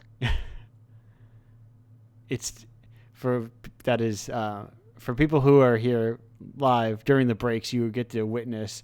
You should witness and learn while you're at home. Next time we go on break, spend some time practicing the Freddy as is demonstrated for you. Bring it to TikTok. I guarantee you, the next latest craze. It's very easy to learn. But Freddy and the Dreamers aside, we have other things to talk about. Like, I guess video games are a thing, I think, right? I've heard of them before. Yeah. Sounds vaguely familiar. Do you play much pre-COVID, I suppose? Or maybe, I mean, I also play a lot during the pandemic over Discord, but did we talk about tabletop games last time you were here? I don't remember. Yeah, it's not really my cup of tea, just because I'm a bit shy or Right. introverted. So Yes. it's just, I did have a go at a little sort of murder mystery style one shot Okay. once, but yeah, I was a little timid. Right. Yes, it's very Rather easy. Or just enjoyed everyone else's contributions. Yeah, I can see it's very easy. Like even when you're not like in character, to be like still, you have to put a lot out there. Especially if people are being very big and in character. Yeah, I felt a bit out of my depths of some sort of going full on role playing, stayed in character the whole time, accents a lot. Like it's me having my first ever game. Yeah, it is. There are definitely people who are big and can be a lot if you are not like do not have a big personality to match it. And Not so to say on. it wasn't entertaining. No, no, exactly. Not participating doesn't mean you can't have a good time. You just got to have a front row seat to a small bit of dinner theater. Yeah, you all play. I'll sit in the corner with the snacks. That Yeah. sounds good. Speaking of snacks, I forgot to ask this. What's the grossest flavor of Jaffa cake you've had? Of these new experimental flavors? None of them were horrible. Like I've had lemon and lime, pineapple, like raspberry. I think there was a cranberry one around Christmas. None of them are horrible, but they're just not as good as you sort of get excited because it's a new flavour, and then actually just preferred the originals. Right. So it's just a disappointment more than anything. Okay. So they don't go too wild where they like are veering away from non-fruits. No. I haven't seen like Marmite flavoured Jaffa cakes or anything yet. Okay. No like chocolate or like green tea Jaffa cakes. Not here. Okay. Well, I can't imagine where else they would have them. But who knows? Things are weird. I feel like you and I had different Cadburys for a very long time. That we both had the brand. But different product. Yeah. Even like different recipes for the same thing. I remember people getting upset or happy or something when Cadbury merged or went down or something. I don't remember. Not having the context for candy. There used to be a Cadbury production place not too far from where I live. Oh. You get like this is that like the smell of chocolate kind of thing or no, not for a decade or so. But okay. You used to be able to get the sort of broken chocolate and stuff. Oh, like biscuits. Like they had like a secondhand store at the factory, just kind of like here's our runoffs. Yeah, it was mainly workers and stuff that got it, but had a few bags over a few years. Yeah, that's perks. You can still get them if you go to the big one in Birmingham. It's like a Cadbury Centre. Right. It's got a ride in there and everything. It's designed to have people go in and look around and. So as a child, how wondrous of an experience it is to get like a bag of just chocolate, assorted chocolate and snacks. Used to like getting a bag of Revels. Those are like they're all mixed up, and in theory you can't tell what they are, but you kind of can because of the shapes. Now Rebels, those are like what's the word I'm looking for? They're like little malt ball things. Oh, that's Maltesers. Okay, that would yes. That you get a Malteser in a bag of Revels, and there's like coffee creams and orange cream. Oh, so it's like plain chocolate buttons, chocolate raisins. So it's like a pub mix, but candy. Yeah. Okay. Yes. Yeah. Perfect. I am expanding my cultural horizons here on the GMT shows. I said in my American culture, you know. Just snack-based culture. That's primarily. that's the only culture that matters to me is food.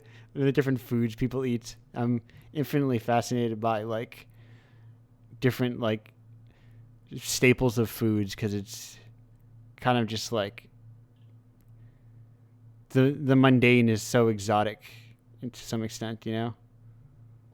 I found a drink somewhere recently. It was like a bottle of fizzy from Japan, and it just said on the side "fun marble drink." Oh I yeah. couldn't work out what it was until I actually opened it, and you have to push a glass marble into the bottle to open it, and then it like catches halfway down and rattles around. Just like I found it was quite novel, but I couldn't Yeah, quite yeah, understand the point of putting a glass ball yeah. in a I drink. I have seen those. We also have those around here, like as like your novelty Japanese foods. But I've never had one because I don't want to. What if the person at the store sees me buying one? They think I'm a nerd or something, you know? One of those They Japanese probably culture just nerd. think you're thirsty. Yeah, but then why wouldn't I get like a Arizona iced tea? They're like 99 cents for a huge can. Instead of buying the Japanese drink like a freaking nerd. Probably gonna go home and watch anime. What a. So I, that thought crossed my mind when I was buying.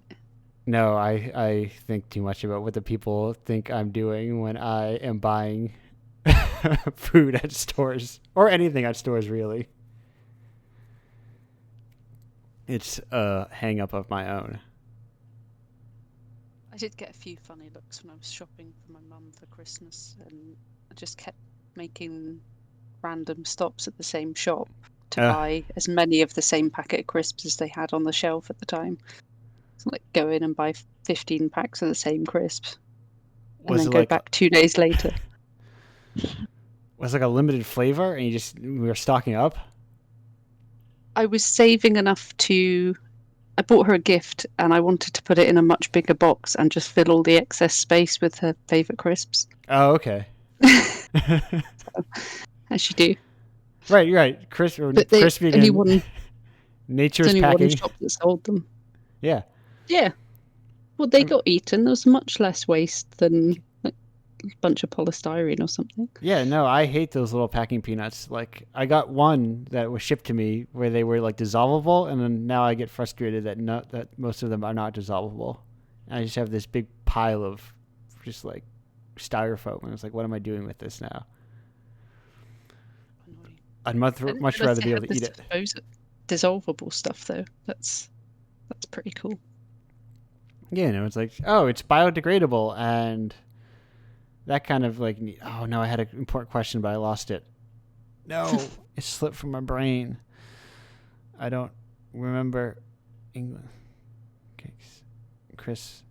Oh no, this was a story I had. I was for a while. I had worked at a pharmacy, and at one point there was like Employee Appreciation Day, and no, this was like a small one that had like 5 employees. And it was like, but you know, you get like you get 50% off if you buy at the store this day. And I remember that there were 2 girls who came in with their things who clearly did not work at the store because there were 5 people and we knew them all. And they had purchased with their like 50% off employee discount, personal massagers, if you will. So it was like they had traveled at least like one town over to use your employee discount, but not in their own store, because then they would know. And I think about that ingenuity and the dedication to that a lot, and I respect it. Don't buy personal massages in front of your colleagues. Can't Yes, think why. right. But you listen. I want to use that 50% off discount, but I don't want any of my coworkers knowing. So if I go a couple towns over, nobody will know. I will buy it on the Dedication to the spot. cause. Yeah. I could buy it. Oh, jeez. So I'm like, what time are we at? We are at 2 hours. This time does fly by, Rachel. I never know how it goes by so quickly, but it does. My God. So we're approaching the end of our segment here, and I was glad to have you back. Glad to be back. Thank you. Especially after what I did not realize was such an unfortunate. You were being unfortunately excised from the last show. That's right. Just give me some practice. It's fine. And I'm glad to say, no crashes. You are 100% within, unless I just arbitrarily cut your segment out of cruelty. you are in this show permanently in the archives, not just like your beginning and end portions. But I'm not gonna listen to these back. That's like, how much more work is that? But anyway, what flavor crisp were they? Beef. Perfect. And with that, we're gonna go to break. Thank you, Rachel. Thank you.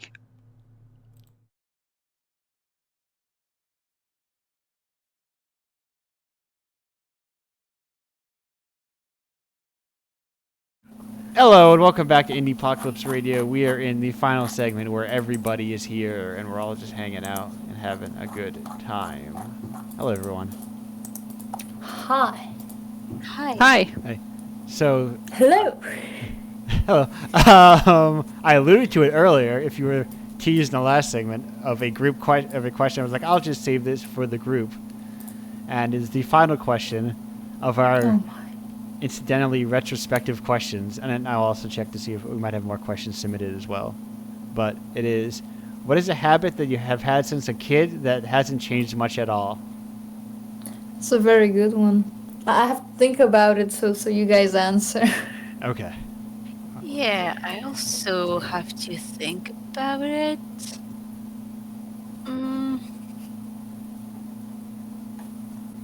I think a bad habit that I have that I've worked in my interest, I would say, is that I kind of do things like kind of half-ass things. I'm just gonna do whatever I'm asked to as quickly as I can, and Right. so that it's just The good lazy enough. syndrome. Yeah, Relatable. I'm so lazy. But then then made it work in my favor. Like at work, I'm not gonna apply to a job saying like, oh, I'm the best and I'm gonna make you the best thing. I'm just gonna say, I'm always on time and I'm gonna do it like exactly good enough, like exactly how good Efficiency is enough really you need it. important. Yeah. So yeah, bad habits can kind of turn into something like a strength. Right. Yeah, I mean, I would be such a good artist if I had more patience.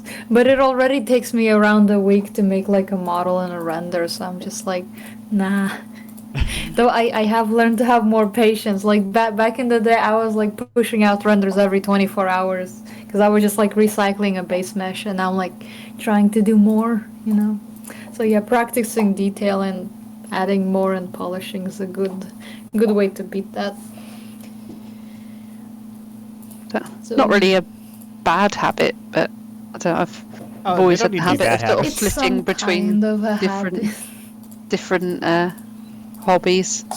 Not that I'll like dump one when I move on. I just find new stuff. Yeah. And just keep doing more different things and never getting particularly great at any one of them. I suppose now that I think about it, mine is my aforementioned, I do this with Italian ice and ice cream, and most frozen snacks is I mash them up into a paste and drink them. And I've always done that for some reason. It's just milkshake in a bowl. Right, I just turn everything into soft serve. I think one of the bad habits I might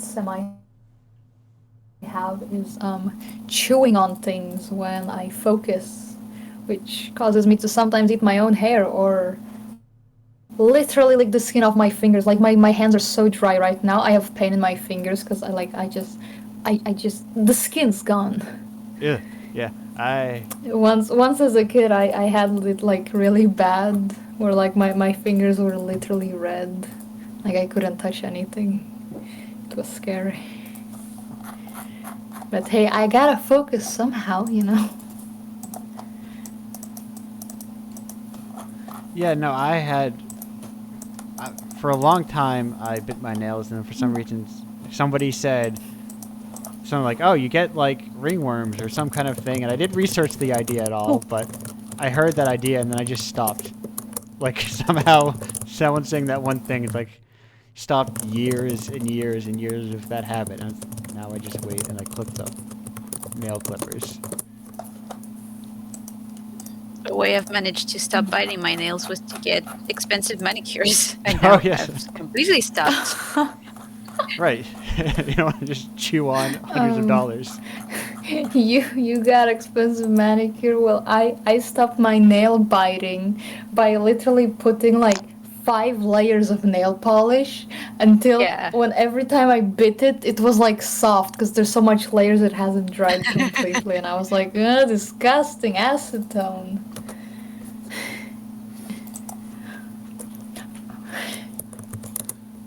But yes, no, that is Get something I you think really my hate the Microsoft's taste of. charged. I'm gonna reconnect. okay. That's fine. What do we got here for questions? Because I think we have more coming in by the moment. Hot off the presses. My mini Gemini. Do you take history as a truth we should know about our ancestor, as it always changes, and history holds no truth being politically? I don't understand that question fully. Holds no truth being politically affected. I guess I'm not sure what that means. Well, see, history's an odd thing because, like, we don't exactly know what happened unless it was documented at the moment of the event. Like Right. our history before news and paper writing existed is really bad. Like, the only info we can really get is like from, ancient tablets, and some we can't even read. Like, we can't read most of ancient Sumerian tablets. So we'll never know if they really had gods that came from another planet or not, because we can't read that. And that sucks. Even the stuff we can read, it's still somebody's interpretation of an event or whatever. Never know exactly how what things if were. they got the whole language wrong? Yeah, and then the interpretation. You have the first layer of interpretation of whoever wrote it, and then Yeah.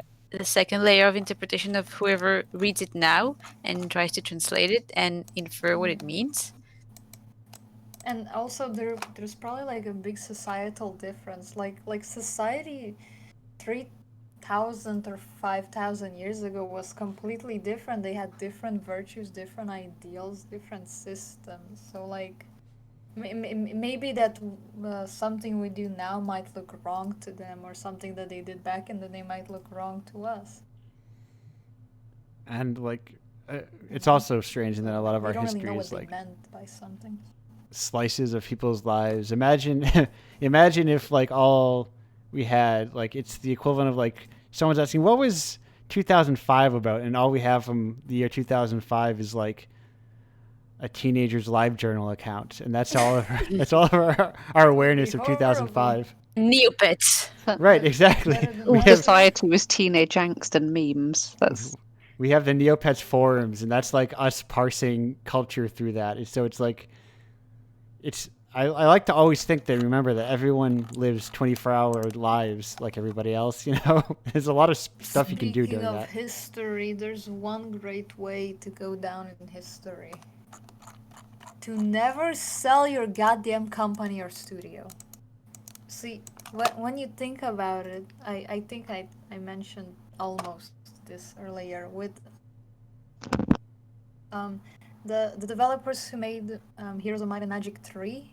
If they didn't declare bankruptcy, they could have become rich and they would make much more better games, but now they solved it to Activision or Ubisoft, and now the game is garbage and it will not be remembered well. Unless they know about But Heroes it of Might and Magic 3. ha- And same probably thing wouldn't have happened with been made if they Microsoft. hadn't. So Microsoft was great. I'm pretty sure they Yeah. sold it after it was made. yeah, but if they're bankrupt, then Yeah. their choices were probably quite everything goes limited. wrong when you sell something. Like, you know, like the good companies and big things we have today are good because they kept their original virtues, like Epic Games. The guy who made Epic Games in his garage is still running the company, you know, and it's amazing. It's very beautiful. Mark Zuckerberg's a similar deal, but Mark Zuckerberg's a psycho, so he's not doing well anyways. But yeah, like good people who started good things and did not sell their company for money are still doing great things. And if you keep it, you'll be remembered as that guy who was like the inventor of this great thing, and it was so great and it's still great, you know? Yeah. Oh no, But spilled my still, tea if a on my company's gone tablet. bankrupt, then they're bankrupt, and there's probably not a lot they can do about Well, it. if it goes bankrupt, at least it'll go bankrupt being good. Like the studio who made Heroes of Might and Magic 3. Speaking of video games, let's just say I'm going to stop refreshing this and we're going to count this as the final question. Also from question also by My Mini Gemini. How much of the content should the game have to review it, and what is your usual or preferable format for doing it for indies? Thank you. What does that mean? I'm sorry. Can you repeat? Oh. I'm confused right now. I'm assuming like how finished it should be to review it. I like to see as much as possible. Not Yeah. that I want to sort of put spoilers in the review, but I want to get as rounded a picture Right. of the game as I can. Yes. It doesn't have to be complete, but it needs to at least give an indication of different stages of the game and like an overall picture. Right. Like from my perspective, because I guess I also review things, I just assume that it needs to be done. A lot of times if people give me like demos, I'm like, no. I would opt instead for something that's finished, you know? I mean, my As latest a review developer, was... I have experienced this issue very firsthand because I always release my games publicly to test way too early, and then I feel bad because nobody likes it because it's Right. shit. But yeah, it's like yeah, I mean, I can't really avoid that because I need as much playtesting as possible to improve it. And I'm not some big indie studio that can just hire playtesters. I just have to hope that people are gonna try out my game and tell me what's wrong with it. So that's sad. Could you open it up, but in a more limited way, so it's not just anyone who wants to download it? I guess so. I recently... You've got a Discord server. Get some volunteers from there. They all seem really keen on your game. But still, I must say, people really, really love the concept and the idea, but they will clearly tell you that the game's not really there, you know. But like they understand the vision, which is good. That means they'll want more of it and they'll want to see it completed, because like it has some good parts in it as of now, but we're improving it. I got some nice people working on it. Got a nice developers. Actually, my mini Gemini is our sound designer. Makes the VFX. I mean, sorry, CFX, the sound special effects, and they're pretty good. They work well with the game, but of course, we still got a lot of things to do with the whole game. But yeah, like it's just like, as a developer, you gotta be really patient to not release your game at all if you can, unless it's actually complete or almost complete. Because once you do, people are gonna tell you that it's not that good, you know? Because like as a developer, you don't really know. Because like it's the same thing with art. If you're like trying to sculpt a face for 10 hours, you'll think that face is beautiful because you've been looking at it for 10 hours and your brain got used to it. So like you need a fresh mind to tell you what's up. My technique is to love it after that 10 hours and then give myself 5 minutes away and come back to it and go, oh, I hate this thing so much. I see all the imperfections again. I do the same with my That happens to me writing. so I'll always many take a bit of a times. break before checking it a second time to be like, what the hell was I on about? Let's reword Right. that. It seems to be a good idea with every creation medium. Yeah, I The kind of last, my sorry. technique would be to I would release it and then do something else. Right. That's the beauty of art, is that there is too much of it for any one person to ever experience. So like, also, Yeah. no art is essential, you know? So Yeah. you made something bad, you go, well, I made something bad. I have spent my time in worse ways. In terms of like lengths for sort of game demos and stuff, I think it really depends on the type of game. Yeah. I recently reviewed a bundle of 7 Genres games, and I had of games are previews. very important. Like I've recently, I'm gonna review this game because the Oh, developers let me play it. It's called Calico. It's like you run a little cat cafe. It's really nice. And like yes. I've been playing it for like a few hours before the stream. And like at first the game is like, oh my god, this is so awesome. But after a few hours, you like see that it's kind of really unfinished. You know, like there's nothing there's nothing more. When you feel like there's supposed to be more, and I'll have to discuss if it's like a really early demo or like if it's almost close to release. But yeah, like just some things feel unfinished, and when something feels really unfinished, you can't really make a really good review about it. You can only like say where could they improve, you know. I But think yeah, what- it's This very good.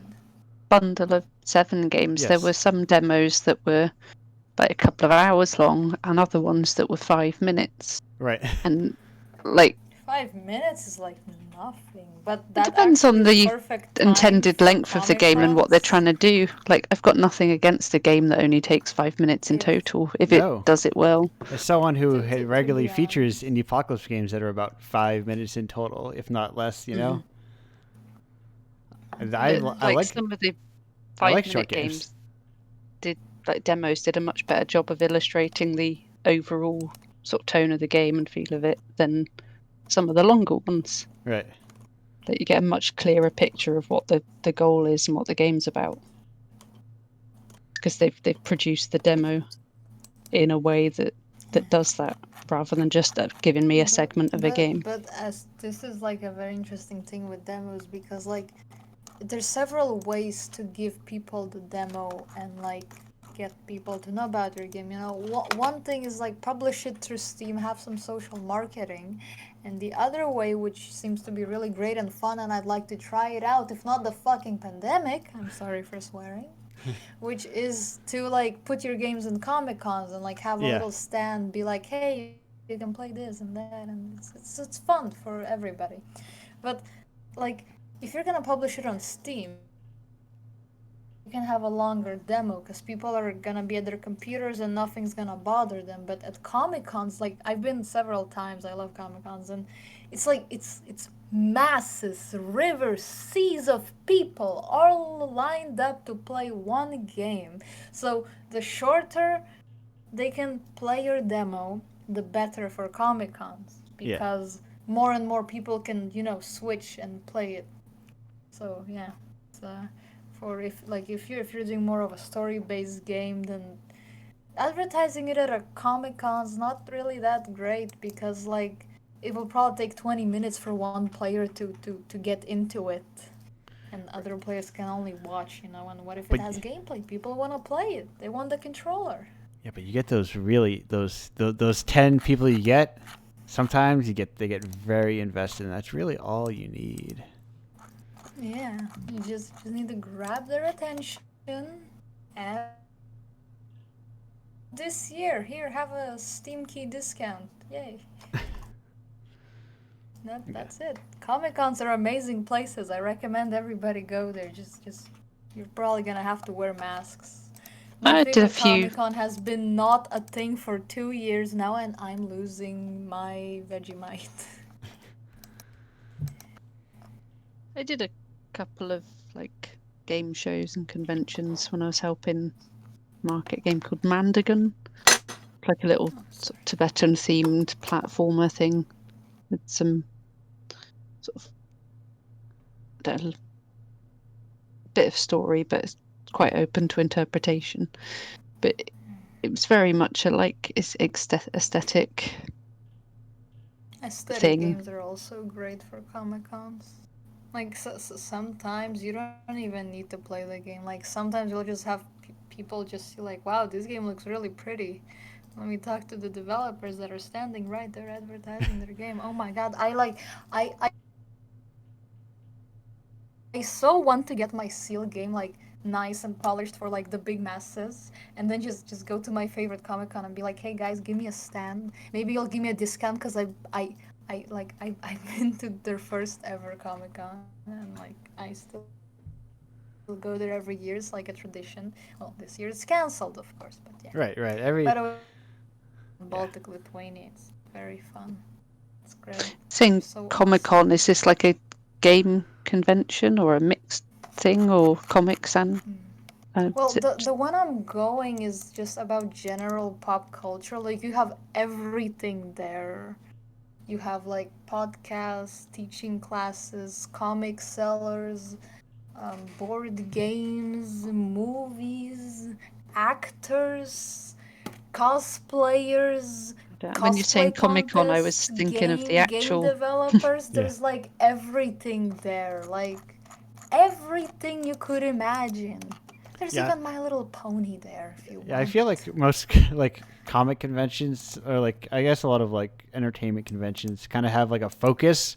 Like this one's a comic convention, this one's an anime convention, but then like really they're just like all whatever pop culture they can cram in there. You know, we have a third But string it's actor really fun. from Supernatural come shake hands with them at the autograph table.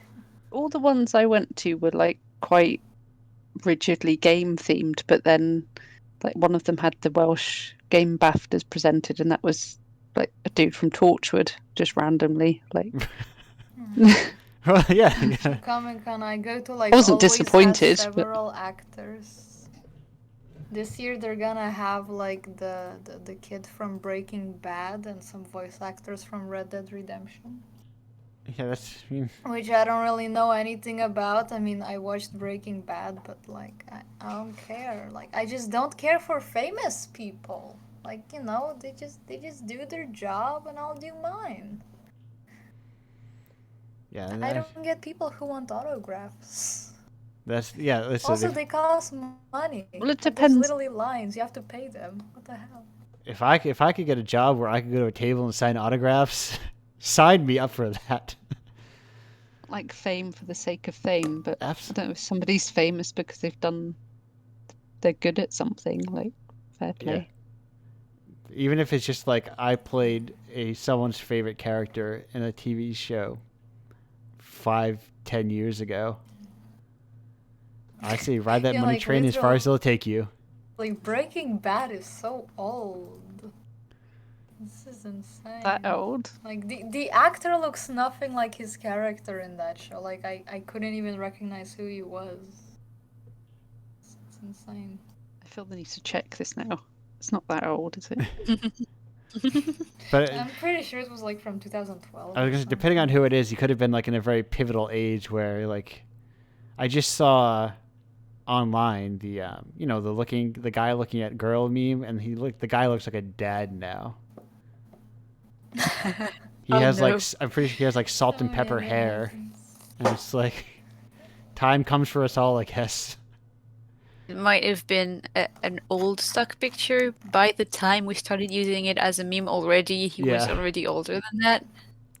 I think like the I post just was like 10 absolutely love years stock later. image memes. Yeah, it started in 2008. So Wait, Breaking Bad started in 2008? yeah, final episode That's more than 2013. 10 years ago. That actor's probably a dad now. Or he might have been during the show actually. Yeah.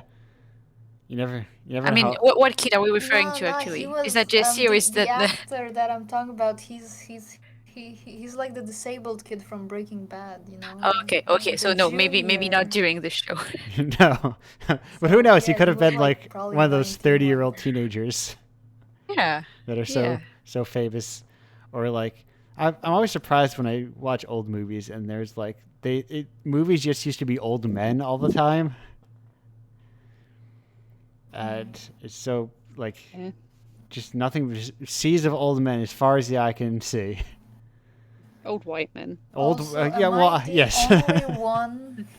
of Am course. I the only one who enjoys movies from like 1930s to 1960s? I I think that's the golden era of movie making. I can't And you watch cannot those. change my mind. No, you just gotta find the good ones. Like, I actually, half of them are pretty shit. I admit, they are bad. But if you find really good ones, you're gonna be disappointed in Yeah. modern civilization. Like, I can Even give some great suggestions. Singing in the even the Rain, ones that are Hello Dolly. yeah, but I think the way movies are made now, they kind of spoil the older ones for me. Like, and now I Oh, just yeah. can't watch anything that was made before the 60s. I'm just I'm just Actually, not wired those that way anymore. modern Right. movies and movies I from don't. that era are completely different. Because the way Yeah, I people were know. consuming entertainment is completely different. Like, back in the day, people were like going to actual theaters and broadcasts and watching plays. So movies were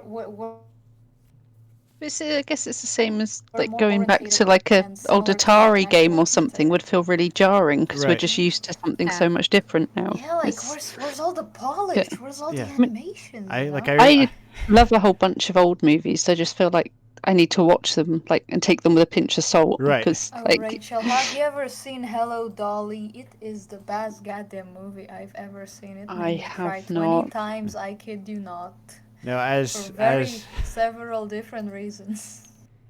as a true American, I only go back and I watch old foreign films to aid to my pretension. You know.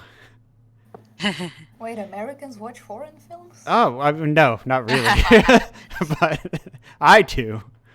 I was just going to like I'm like Sort of makes you seem. That's why you This is seem an exception. pretentious to your peers. right because I actually, like, I was looking to see like oh me what as was a European, like did I just watch a really movie from the don't like 60s? I modern did. American movies. I had just had watched Pierrot Le Faux by. Well, to be fair, I do not only watch Godard and Truffaut when I watch French cinema. I've seen other movies as well. I've Yeah, seen they- Fantastic they're Planet. actually pretty good.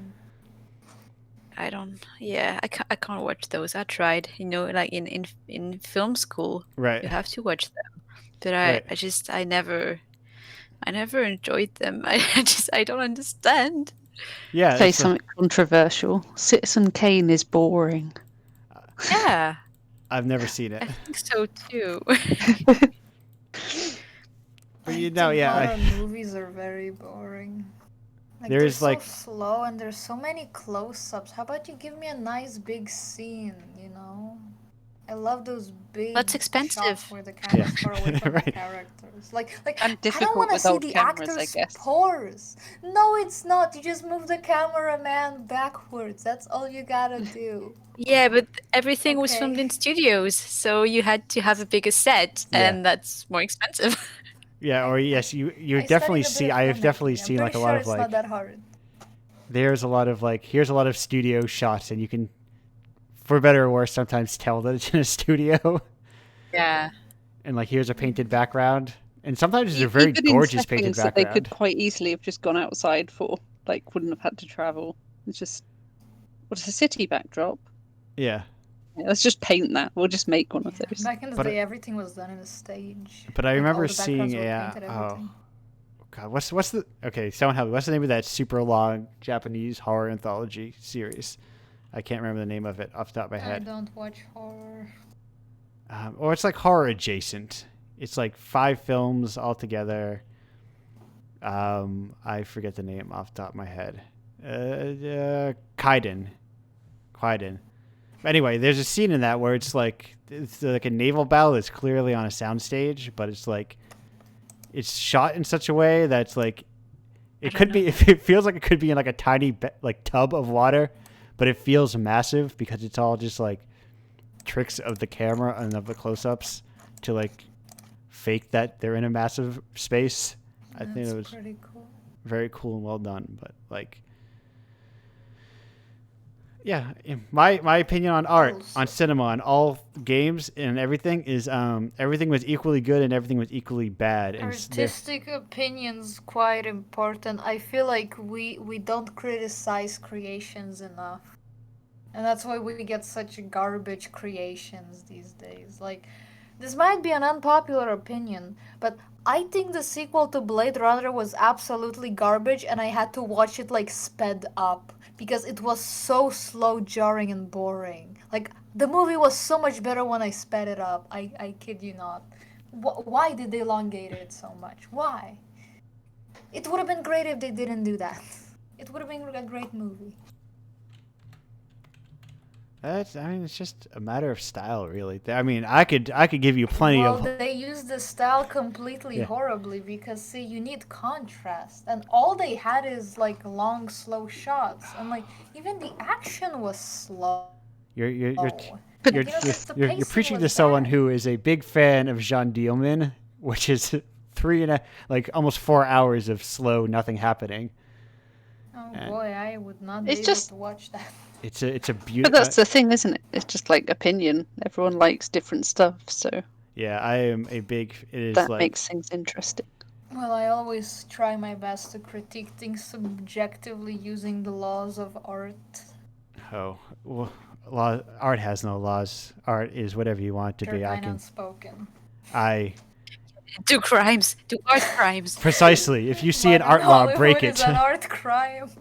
Only Well, it's not Kidding. following the art general art laws. style always is above Precisely. everything. If you see any something, rules on art are just imposed by those sort of like pretentious gatekeeping. Your art has to be this. It has to be realism, or it's just a like I gatekeeping wouldn't device. say So it it's used to exactly it used like to be that. reserved for the like richer, more affluent classes and whatever. I think it's just to try and keep it sort of the art elitist. rules I'm talking about is like how to make things quality. Like, But you that's so gotta use subjective. composition, good lighting, rhythm. Well, not really. It can be broken down. It can be broken down. Sort of what is And if you traditionally use those considered good. principles, it's gonna be good. Like, there's a reason that there are 12 principles of animation, and they're all very helpful to try and use and follow. But this doesn't mean that you should only follow the rules, but you should know them so you can properly break them and make something unique. Yeah, fair enough. But also sometimes when you don't know, and you can just find things. yeah, I think So that's fun. Yeah. right. I think there's there's a real beauty in like true Hilarious amateur also. outsider art. Yeah. There's something nice about amateurs, but I'm like at a point where I see amateur art, I get kind of offended. And I like it's not their fault. They're just beginners, but it's just like there's something in me that doesn't like low quality things in life. I'm just a very critical person. I sometimes get excited because it's like it feels dangerous. Potential. Yes, it feels like oh, this person is like not playing by any rules and like they're not pretending to be like I think sometimes the enthusiasm is a bit more apparent. right. in, Yeah. like- Yeah, I'd Yeah, rather the passion beginners always have. Like, no matter how much you love art, you're gonna fade out your passion eventually. Like, I'm not as passionate about creating as I used to be. I still absolutely love it, and I'm very glad it's my job. But like, it's just like I done it so much times. I'm getting a bit bored of it. And that's why I'm like getting into game dev and music making and stuff. Learning new things, buying a microscope right. that I broke a month later and fixed. It works perfectly. But I'm afraid to touch it right now, because what if I break it even more? It's a delicate device. Yeah. So back to the subject. Right. Art is subjective. Right. And Yes, there are like, principles of art that have been like defined that are like good, like the thing what's the Julia would probably much better than I would. What's the word for like when you don't? Is like the 180 shots and you don't cut? I think it's just the 180 rule. Yes. Okay. Yes. I was over. I was trying Yeah, to. that's it. Yeah. Yeah. That is important. It prevents confusion unless you intentionally. But like, Like rules will. but that's also the benefit of like if you want to hell intentionally you're create doing. confusion, Yeah. to break things. And hey, it's Yeah, a good thing to break it, there but are then even like rules when you can break them. yeah, but I've also like read some comics from amateurs that just they don't know about this rule and it's not confusing because Yeah. they kind of compensate in another way. Like I guess they make like their own art style. even when they know about it, like I'm sure Sailor Moon has so many 180 rule breaks and not as an intentional confusing thing, just like I think probably Naoko Takeuchi was just like I just don't feel like drawing the Yeah. other side of this 3/4 cute girl's face. I'm just gonna draw her this way, You're right. and it just works because in the flow it's fine. So yeah, it's a rule, but it's also it's what you make of it. Yeah. To be honest, I absolutely love the style of Japanese cinematography. Like, I don't know why, but like anime and Japanese movies and just the things that come out from Japan that are visual just have like such unique compositions that look like so oddly good and immersive. You know, like everything's like so immersive and real. Like it doesn't feel fake. And like I'm not really sure how they do it. I guess they just like try to make the shots as natural as possible. I think that's It's a also different set of rules. yeah. Make it work by like slightly adjusting it. And it's just Japan's good at cameraman. That's what I can say. Have you seen like anything by Seijun Suzuki? Like what's it called? Like Tokyo I'm not Drifter? sure. Does he make anime? Tokyo No, Drift? he makes like old, like kind of surreal impressions, kind of like. Well, I haven't seen much movies Oh of yeah, Japan actually. I've seen yeah, like 2 or 3. yeah. Tokyo But they Drifter were is very all good. good. Same with, I'm gonna forget the name of it. The one where he sniffs rice cookers and he's a hitman that I forget the name of. Oh crap. That's interesting. Oh yeah, I remember the other month I watched this odd Japanese movie. It's very odd, but it's very interesting, and it's about food. Like that's the subject. Oh, was it Tampopo? What? Tampopo? No, I guess not then. Well, Tampopo, I'm it's sorry, about I the didn't ramen hear shop. what you said. My internet died. Yeah, it was about a ramen shop. Okay, so it And probably like was Tam. there's these two dudes that were in a truck. Yes, okay, that is Tampopo. And they went to the yeah, like that one. Like it's so odd. It gets so weird, but it's so funny in a way. Like it has really fun comedy. Yeah, And but I it's like. also so interesting and motivating, and it's just like it has everything. You know, it has action, it has comedy, it has love story, whatever you want, it's in there. Highly recommend it. Though it does get a bit weird sometimes. Like No, Tampopo is a good. Tampopo is a good movie. The other movie I was thinking of was really Branded to weird. Kill. Another movie I've seen is actually quite modern. I think it came out a few years ago.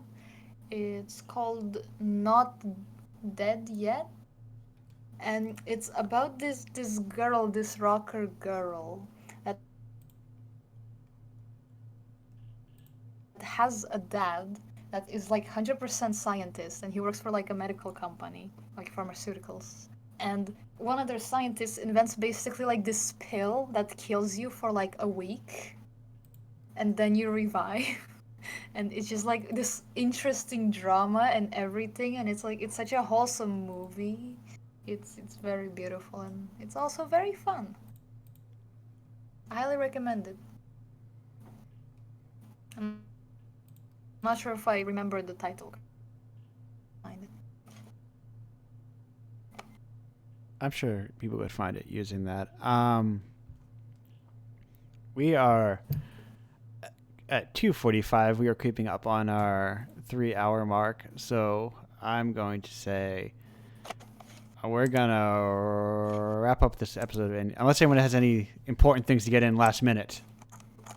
Yes, I remember the name Okay. of the movie. Okay. It's called Not Quite Dead Yet. That's Okay. the exact English name, I believe. Okay. Perfect. And that's it. Any other pressing matters? Jaffa cakes are all right.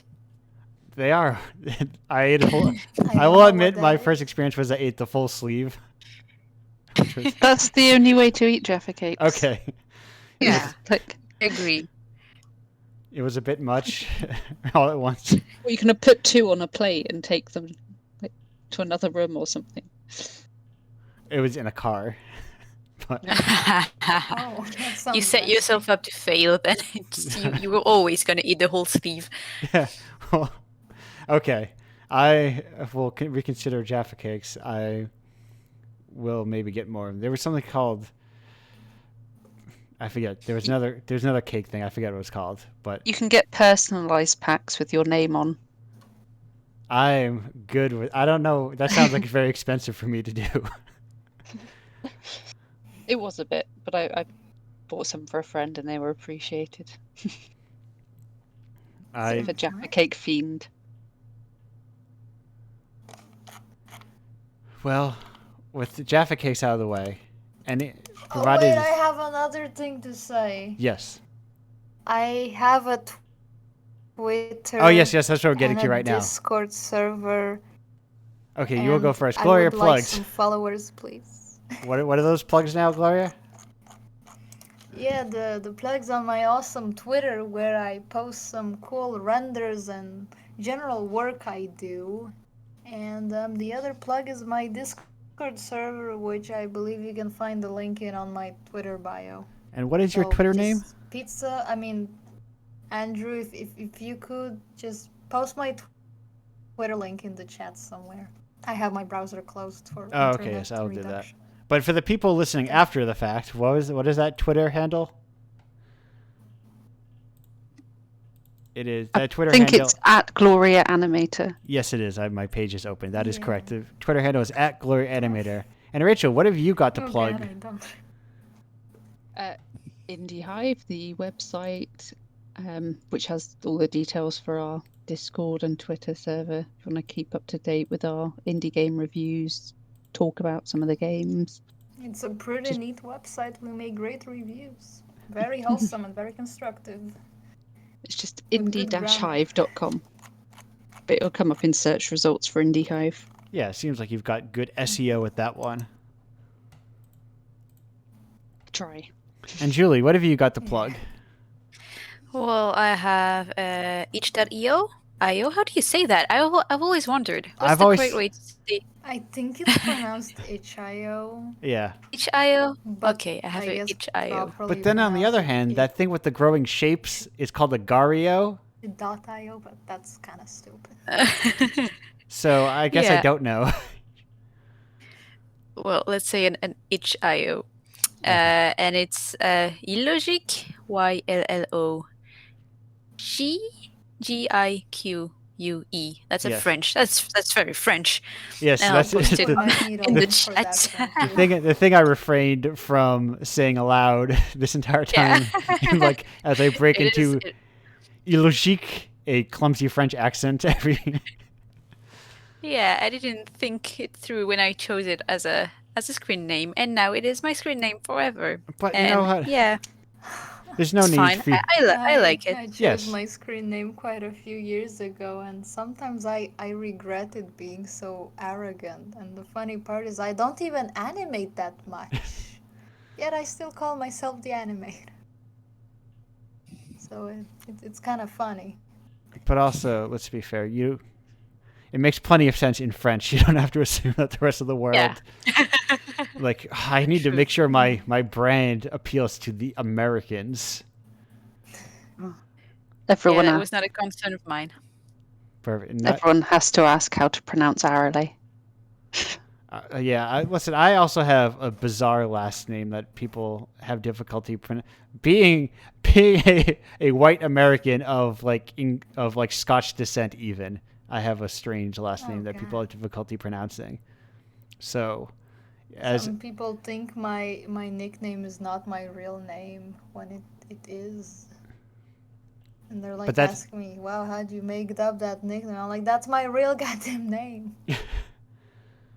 But as we close out, that's just the itch, and you're good with that? Yeah. Yeah. And you can use that name, I assume, to get to anything else you may have. Any other social media like Twitter, Instagram, SoundCloud, whatever you name it, it's gonna be the same name. Yeah, and just like follow that itch hole, and you know how you find people's stuff. You just click on all their links, and they'll go to other links. Sometimes, like, oh, my itch page has my Twitter page, but my Twitter page has my Instagram has my Twitter and my Vimeo and my itch. The internet. Yeah. And then there's an art station somewhere. Maybe not a Patreon anymore. link. Yeah. Speaking of Patreon links, everyone, I recommend you go to indiepocalypse.com/Patreon to sign up for the Indiepocalypse Patreon. Get issues delivered fresh to your doorstep every first Friday of every month when Indiepocalypse comes out. And you should buy Indiepocalypse. Might I recommend issues 2 and 8? Some of the people here might get paid if you buy those issues. It's please. Those like nice $5 royalty checks that roll in every once in a while. I like to think are nice. They are. I have reviews on Indie Hive for all the issues up to 11. I think. Perfect. And we are up to 14 right now. I am compiling issue 15, so I'm always very confused about which ones I'm working on because I'm working on 3 of them at a time. Let me make art for your issues. I want to practice painting. Yes. No, I have very particular rules about things, and I am very cross-media. We may discuss this maybe one day. I'm a particular kind of weird person about these sorts of things. But that's just, I have bizarre principles and I stick to them, and I like to be cross-media and expand the arts outside of games. And anyway, indiepocalypse.com/submit to submit your game. Indiepocalypse.com/radio to find your way here. If you got that Twitch Prime, just give me that so I can get $3 or whatever those things are worth. Whatever pennies they shill my way, and give all the rest of your money to fucking Amazon or something. If you got it, you might as well. I'm not going to be spending it at Amazon. I'm just going to pay more artists. Submit zine. I'm to figure out something with the zine. I got to figure out something with that. I'm trying to expand it in different ways and make it more meaningful. So maybe you can submit stuff, but maybe I won't look at it as I try to figure other stuff out. I think that's it. I'm not going to open my hover this time and remember all my redirects. So I'm going to trust that I got them all. Indiepocalypse.com/podcast sounds like the one I would do to find the archive for this. But really, if you just go to podcast places and type in Indiepocalypse Radio, listen to all the old episodes of this, except you don't get the music, or in this case, you don't get to see the animations because I cut them out for DMCA reasons. To and be honest, obviously, I don't animations. think music's a good thing in podcasts. Yeah, but I'm not paying. I mean, it's your choice. It's your podcast. Yeah, I don't own any of these things, and they're small labels, but you never know what the algorithms will detect. I got some music. It's not that good though. But it's terrible. But I mean, if you ever say this is good music, this show opened with a track by Exodrifter, a contributor to Indiepocalypse. So yeah, I love just playing people's music and this being a cool radio show. But nice. I'm leaving now. This show's ending. Goodbye, everyone.